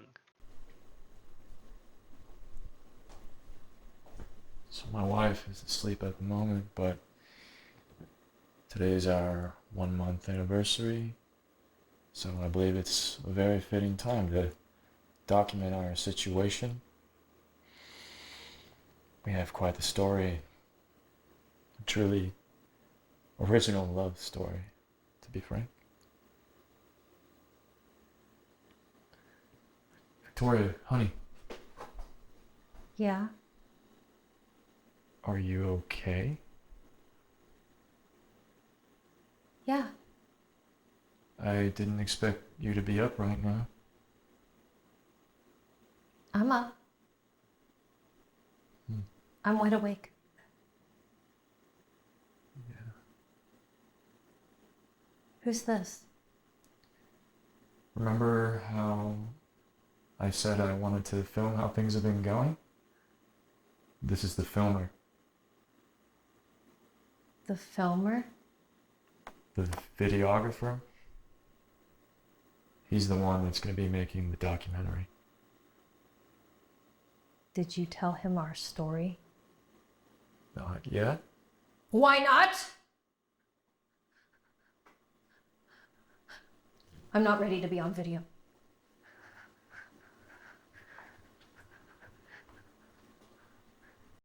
After a while, we are in the kitchen. I'm making a seasoning with a family recipe, and Victoria added her secret sauce. I also added a little bit of meat. What type of meat? It's a surprise. Get a close-up on the meat, Alex.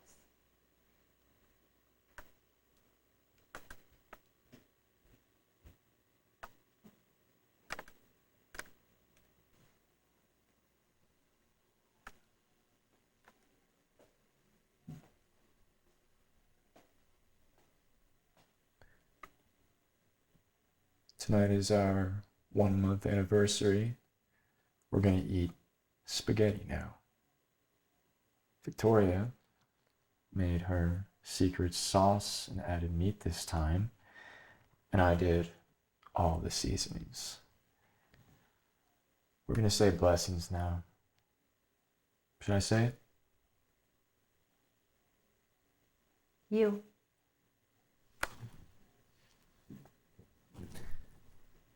Dear Mother, thank you.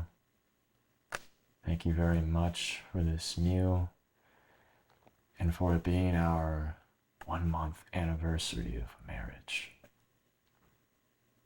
For this meat. And for the meat. Amen. Be right with us. Amen. Yeah, you can guess what the secret sauce is made of and what meat they used. After that, they bicker over who made the spaghetti. We get a jump scene of the woman who seems to be doing a ritual, and we are back with Victoria and her husband who finished their spaghetti. After that, they sit on the couch and we have this documentary style moment where the man explains that Victoria has been sick ever since they moved in Unit 40 and she might need surgery, and Alex once again is asked if he received his payment, at which he answers with yes. Then, while the man goes to drink some water, his wife says this. You suit yourself. Don't let him lie to you and tell you otherwise. He killed his wife and children so he could be with me. What an amazing couple we have here. What is interesting is that both drink tap water from an actual glass cup, breaking the norm. His wife kind of loses it after this, and he informs us she's mentally ill. He gives her some pills that he claims are just like ibuprofen, but I highly doubt that. After that, he puts her to sleep, and then we go on a car trip to get her medication from a dentist. Yeah, everything this dude says is very odd. We go back and he has a little story for us.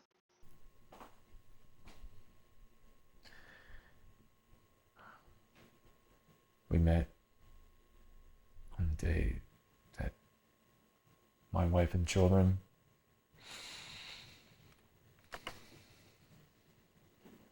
I'm a widower. I met Victoria in the hospital, and she was there for me when no one else was there for me. She loved me when there was no one else there to love me. So it's only right that I help take care of her now, right?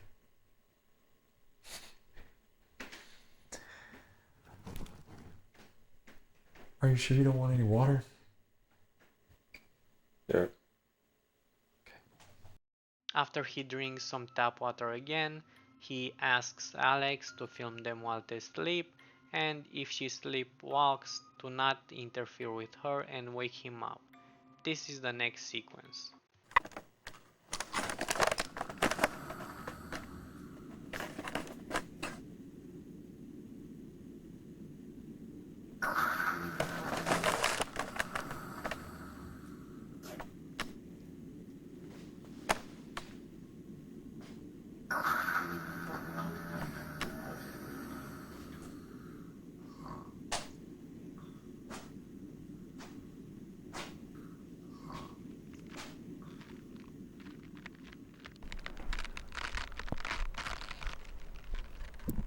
Something's wrong.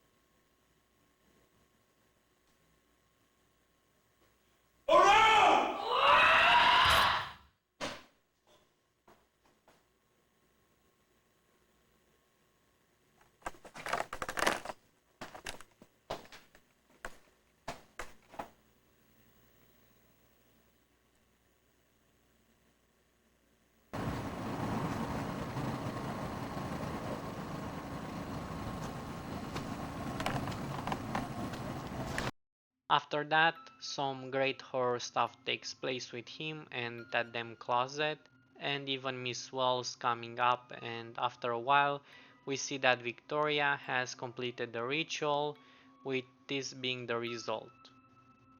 And that is the end of this video. Nothing new in this one, to be honest, only that this time the man was as crazy as the others, and I'm pretty sure that's just who he is as a person and not being influenced by what is going on as the woman. I think also because of that he somehow manages to be able to drink from an actual glass cup.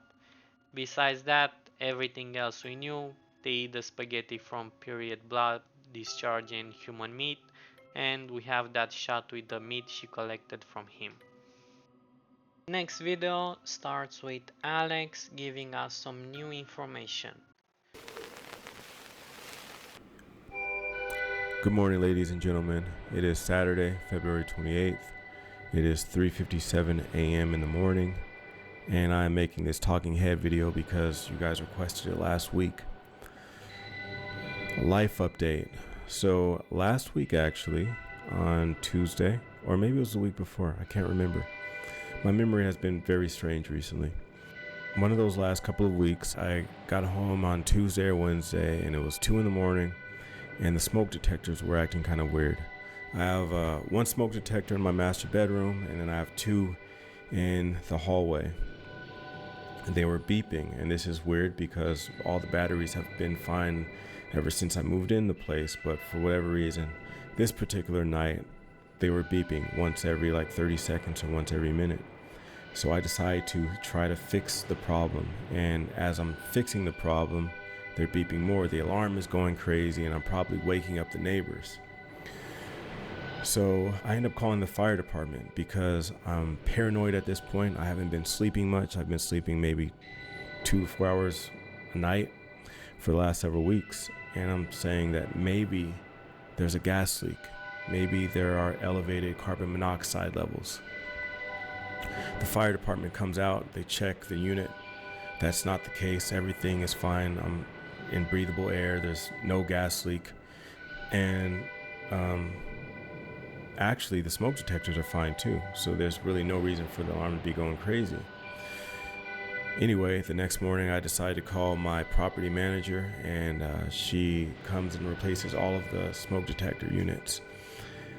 But what's very strange, and one of the reasons why I'm talking to you guys right now is, before watching the tape, before watching the cassette that's in the camcorder, I already knew what was going to be on it because in this situation, I remembered my dream.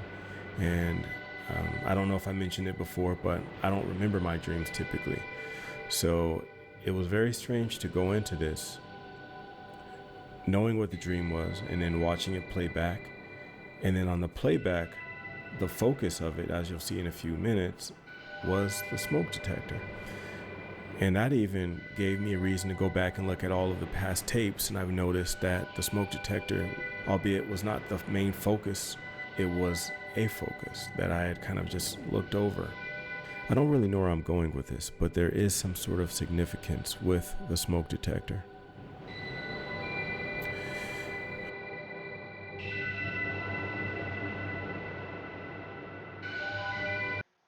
After that talk from Alex, we meet this wonderful woman.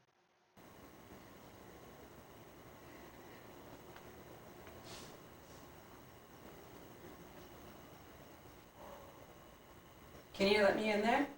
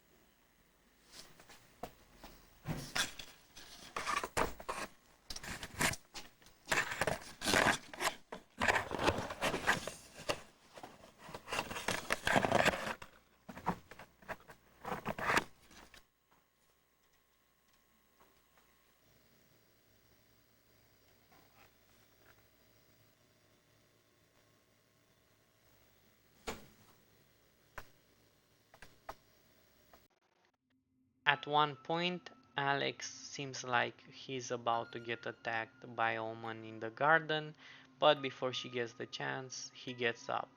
When he's back in the apartment, we meet these nice fellas.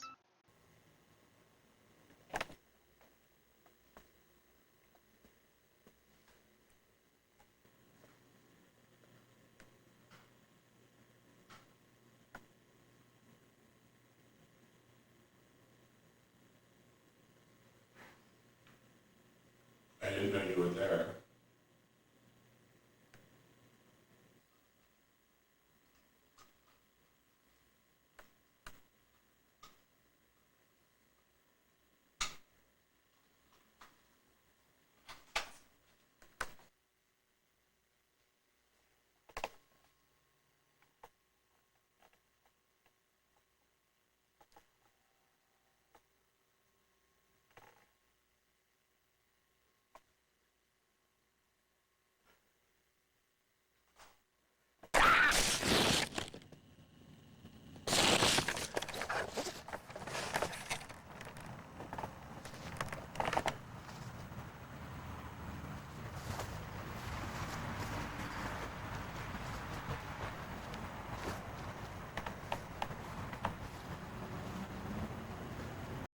While in that park, a woman shows up and chases Alex around some buildings and then into some kind of garden with oranges.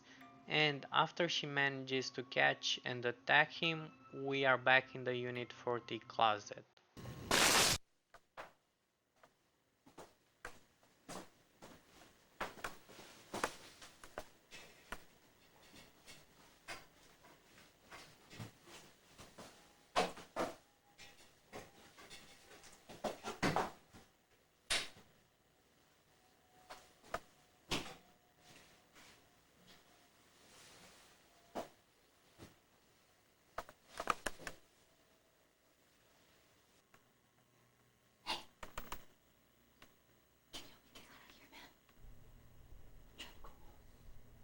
Bed's done.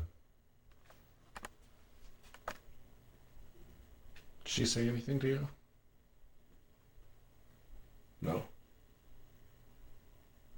Are you sure she didn't say anything? Yeah.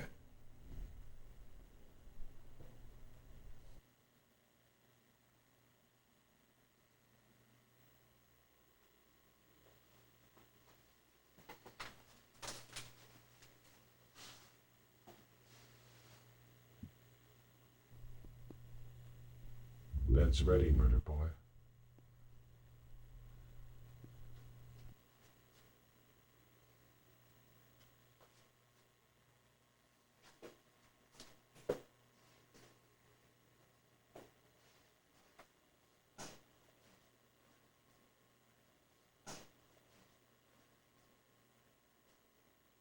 After that, nothing much really happens when it comes to the story, just that at the end we have this moment where the woman erratically runs to him and says that they need to get out of there.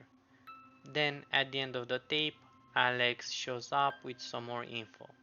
So right as I'm getting ready to upload, I noticed something. In the forest when I fell, there's a weird little glitch that's hidden in the VCR fuzziness of it all. So I'm gonna play it at normal speed. Here it is. And it looks pretty normal. Nothing out of the ordinary. But let's slow it down to 40% speed. And here it is. So you may be able to see it here. But let's slow it down to 20% speed.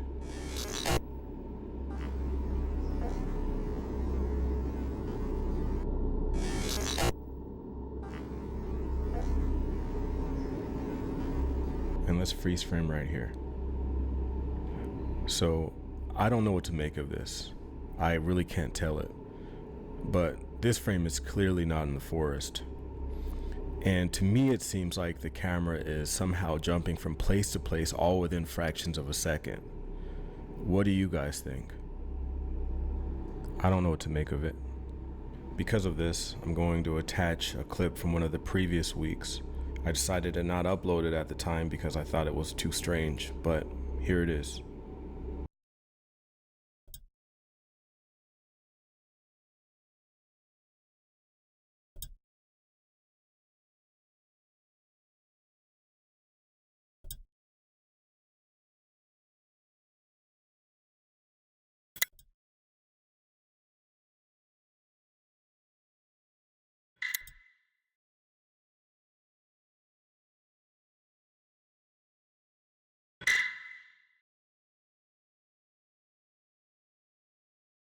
Alright, let's round everything up. Alex informs us of the problem he has had with the smoke detectors and how it seems like nothing came out of it, and then we jump into the tape. Besides that, not much going on here, but I do have something to bring up, and that is that Alex seems to have gotten more control in his dreams and more agency. This is clearly pointed by two facts. First, at the start, he roams Unit 40 by himself, doing things like going into the garden and checking the window, then checking the electricity panel without any commands. The other one is that he straight up lies to the man when he asks if the woman has said anything to him. This can also be connected to the fact that now he can remember his dreams. One other thing I want to mention is that Alex seems to be called Murder Boy by the men, and want to mention that he previously has been called that by Miss Wells as well as other inhabitants of Unit 40. As for Alex showing us the glitch of the camera, I think it has an easy explanation.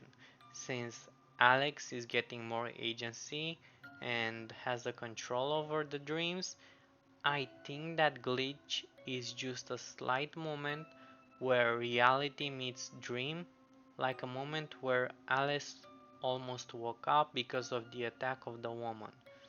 As for the last part of the video, I have no clue, to be honest. In the next video, Alex shows up once again, so let's see what info he brings up this time.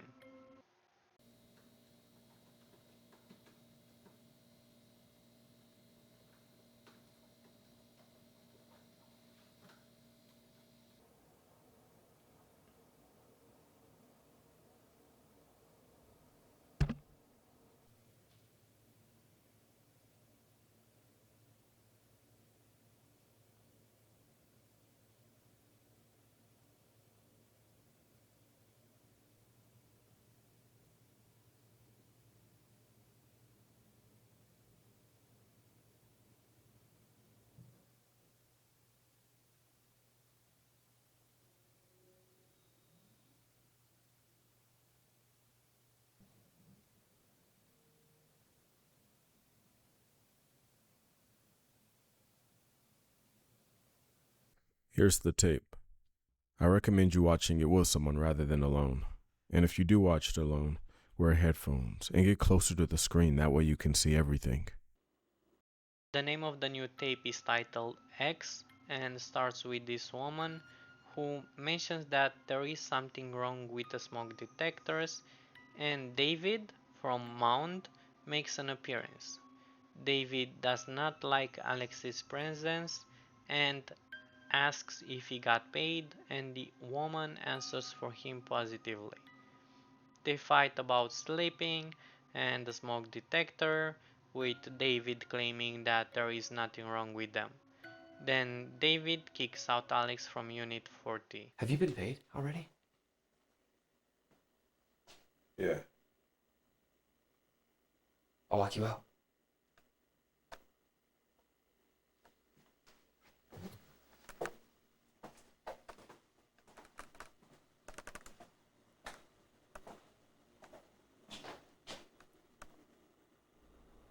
Would you like some water, Alex?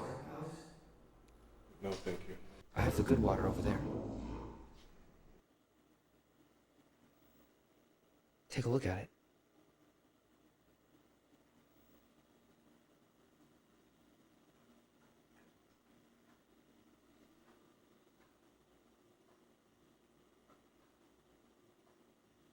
Alex, I should get to sleep now.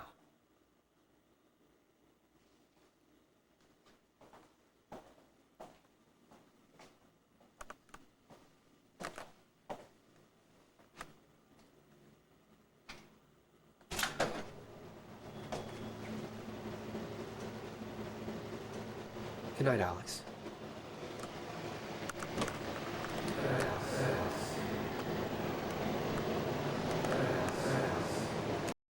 After that, some great horror mixed in with jump sequences, with dream logic, and this ritual woman showing up again. After that, we are in what looks like a garden, with a sermon being played in the background.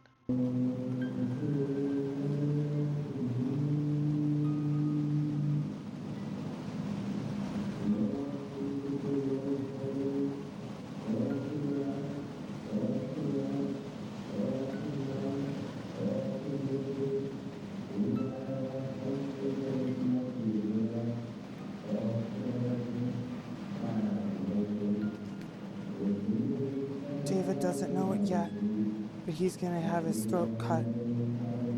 It's not gonna be by me. It's gonna be by another woman. It's gonna be on Monday. Monday. Monday.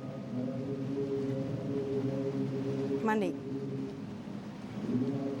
Monday. Monday.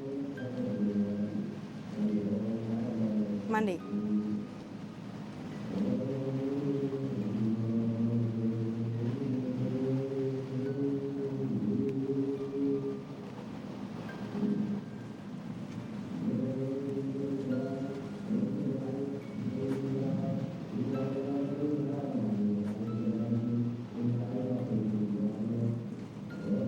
The woman chases Alex, then we jump on the mortuary, and after that we are back in Unit 14.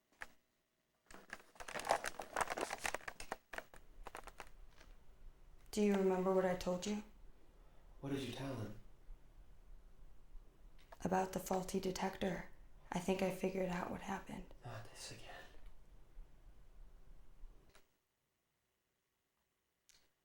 I figured out why it all of a sudden stopped working. All the smoke detectors were working. The CO2 levels were elevated, and it was causing the beep. It wasn't the broken smoke detector. When they fixed it, they made the smoke detector stop working. I'm not crazy. I'm reacting to the environment around me. If that's the case, then why am I not acting strangely?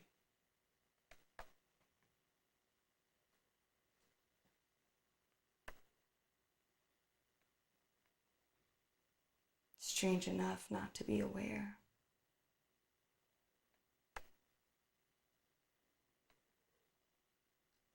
Hey, Alex.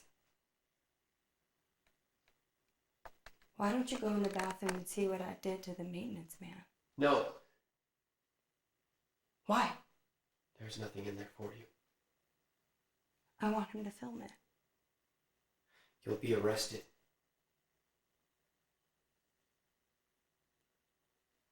Alex. Yeah. Turn off the lights. Why? Turn off the lights!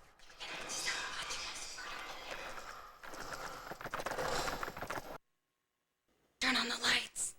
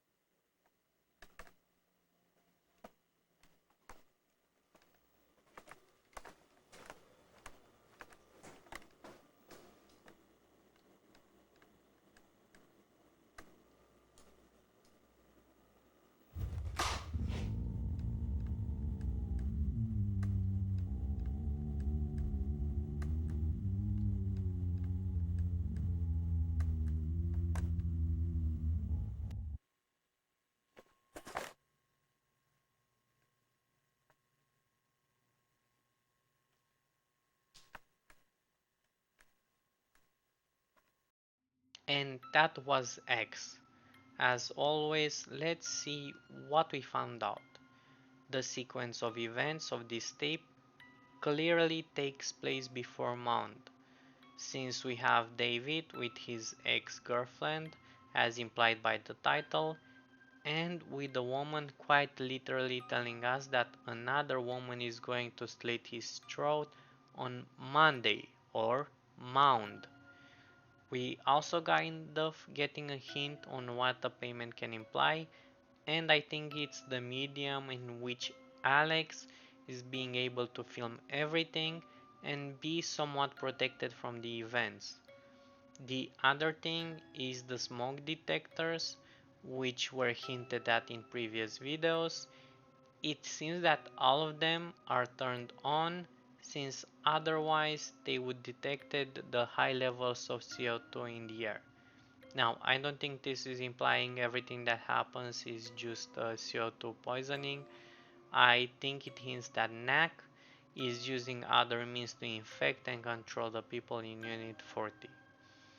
Not only this, combined with the previous episode where Alex is telling us the problems he has had with the smoke detectors, we can determine that NAC is getting stronger due to the rituals and leaking into reality.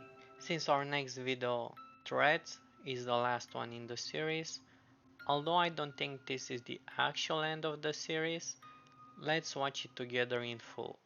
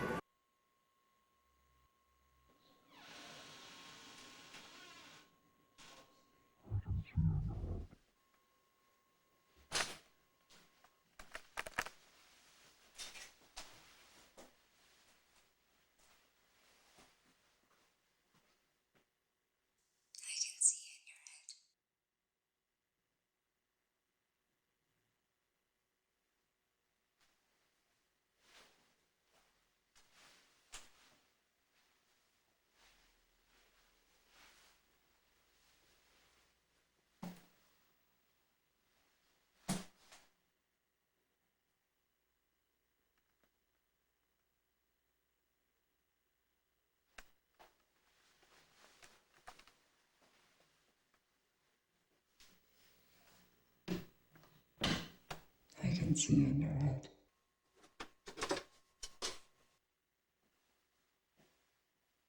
If you don't stop watching us, we will ruin you!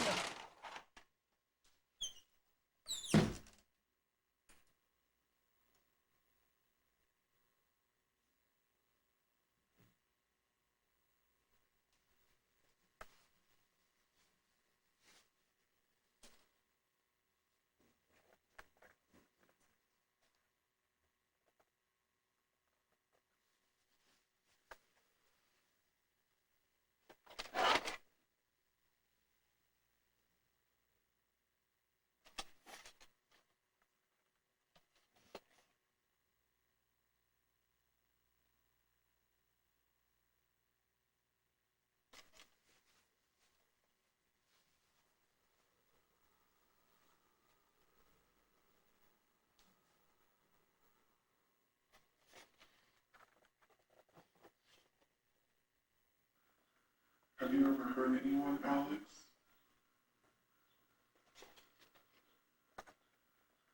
Have you ever hurt anyone, Alex? Have you ever hurt anyone, Alex?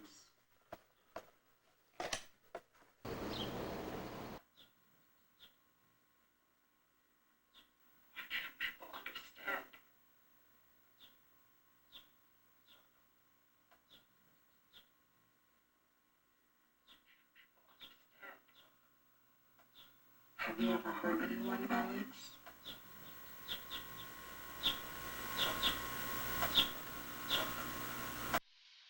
know what's been going on in that head of yours. The mother of the mentally unwell child. People didn't understand it. Stop spectating.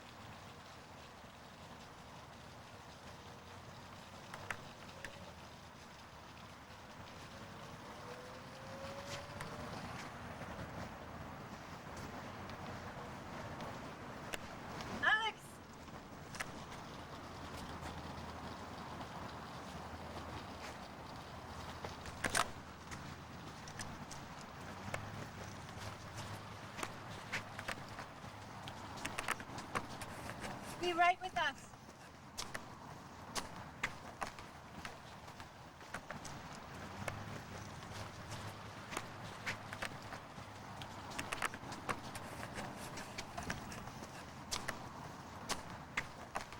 Alex! Knack will be right with us.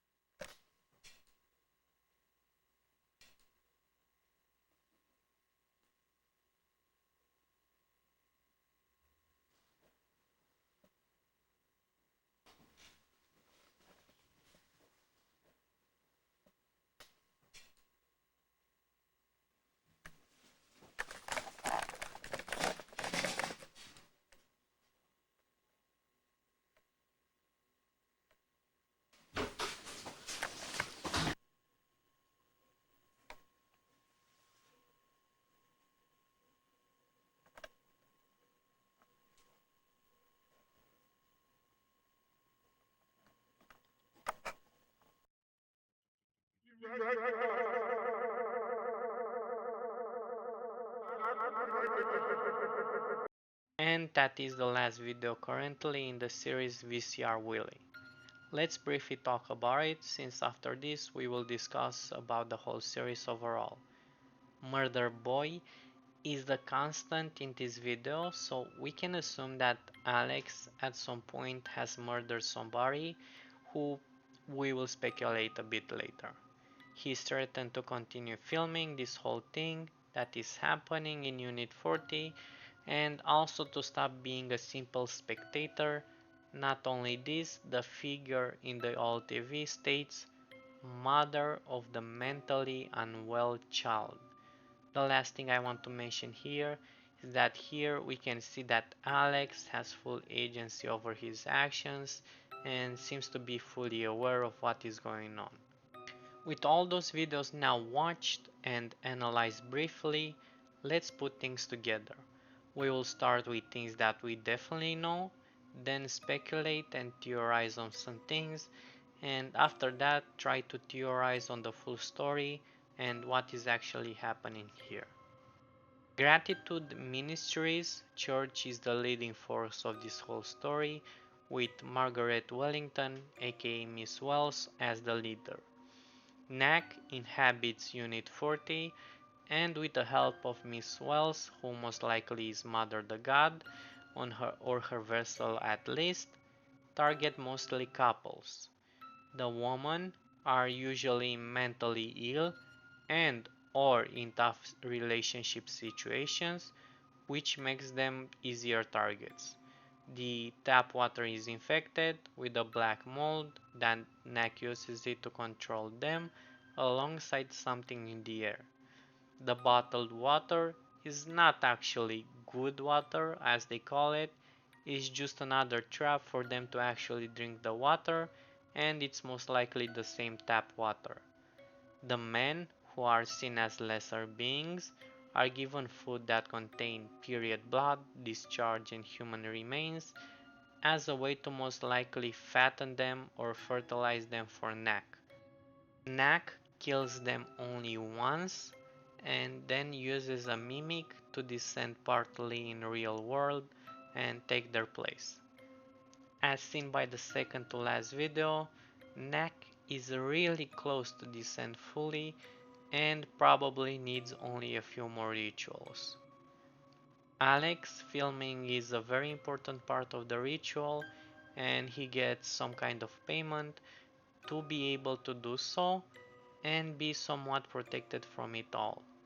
The closet is the doorway or portal between every inhabitant's dreams of Unit 40 and is used to suck the life force of everybody. Alex has definitely killed somebody and most likely forgot it, on who exactly we'll discuss more on the theory side since nothing conclusive can be said with what was presented. With all of what we know for sure, let's talk about some theories we can come up with. The person that Alex has killed can be either his partner, who was abusive towards him, which be in line with the theme of most of the videos, or which I think is the most likely one, and that being his mother. This is backed up by the last video threads, where the man from the old TV says, "Mother of the mentally unwell child." I think he has some mental problems, and due to an accident he most likely killed his mother and forgot, since he's being called murder boy throughout these videos. Alex is or was part of Gratitude Ministry Church and has forgotten about it. This would make sense since he is a part of all of this, why he films everything, and why it is a pivotal part of the rituals. This is also hinted by the promotional video for the church. As he gains more agency and control over the dreams, he might be a crucial part of the final ritual for Nack's birth, since why he is told to stop being a simple spectator. With all of those things exposed before us, let's try to picture the full story. Do know that I will use both the conclusive things we know, as well as theorizing on top of it, so with that in mind, let's do it. Alex, who was part or is part of Gratitude Ministries Church and forgot about it, is paid something that we don't know yet what it is, to be able to film the dreams of the inhabitants of Unit 40 and be somewhat protected in his dreams. The filming is a crucial part of the ritual of summoning Nack, who is a very old demon of dreams and or sleep. The church, who worships Mother the God, who might be their leader, Margaret Wellington, or at least her vessel, target and lure mostly couples that go through tough times, or where the female is mentally ill, since they are easier targets to complete a ritual called the Ritual of Gratitude, with the purpose of birthing Nack, who is the husband of Mother the God. The church seemed to settle these people in Unit 40, who is possessed by Nack, who uses some kind of black mold to infect the tap water so it can control better the inhabitants, as well as using something in the air on top of it that is close to CO2 poisoning. Through the infected water and air, the inhabitants seem to not be able to leave Unit 40, and the woman, influenced by both the church with the tape VHS Night and Nack, feed their husbands food with discharge, period blood, and human meat in preparation for the ritual of gratitude, where they kill their partners with gardening tools.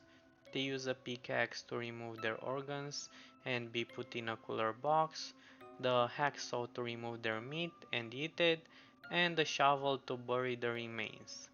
Through this ritual, the women are affected by the Lush effect, which is due to emotional trauma they experience, where they feel a bunch of emotions at the same time as happiness, fear, love, and so on, which is the way to have Nack be birthed in reality through the belly of the beast.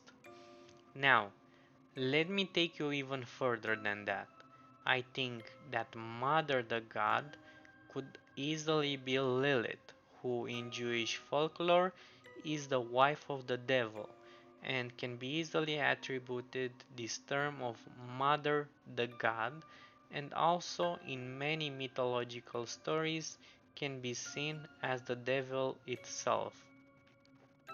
Using that logic, that Mother the God is Lilith, therefore the devil, and since we can theorize that Miss Wells is Mother the God, and knowing that the devil is supposed to give birth to Nack by the words that are shown at the end of VHS Night, it is very likely that Miss Wells is supposed to birth Nack the demon of dreams. This would make sense in the context that we have a lot of reference to fertility throughout the whole series, such as the oranges that keep popping up. The men who are killed in dreams die only once, as they say, which I think it implies that their soul is now stuck in the dream and are servants of Nak. After the ritual and through a mimic, Nak takes control of them in reality. The closet in the bedroom is a doorway between all inhabitants' dreams and a way for Nak to siphon their life essence. Nak seems very close in being summoned fully in reality, since we can see signs of him in Alex's Unit 40 in reality. Alex as well seems to have murdered somebody, most likely his mother, who possibly abused him, which he forgot about, and maybe the church has helped him cover it, since he's being used to film everything. He also seems to be a crucial piece of the final part of Nak's birth. And that is all I have to theorize about for what we have been shown so far. I do think there is a bit more to the story to find out everything, but we are not far from the end. I can't wait for Alex's next tapes to find out how it ends and if I was close to the actual story. This YouTube series was totally amazing and it had managed to give me the creeps many times, and I can safely say that I had moments where I could not sleep thinking about some things from the videos, like Miss Wells hiding in the closet in the clothes, Nak showing up with Scarlet, the sounds, the random ritual woman in red lingerie, and many other moments. The way dream logic was used, the way it was filmed, with most of the horror happening at the edge of your view or being blurred or intangible to fully see what is going on due to the VHS filter, makes for an amazing experience. There were also a lot of things that I barely mentioned or just skipped over simply because it would have taken even more to talk about them, such as the way the woman dressed, the imagery representation of Nak in the black robes or sheets, as opposed to his wife, Mother the God, who is dressed in white and sometimes with blood all over the robes, and not to forget the amazing acting the people that took part in this project managed to deliver. All of those things are worthy of your time and can rival even the best horror movies with Hollywood budgets that are out there. Thank you to anyone who watched this, if there is somebody.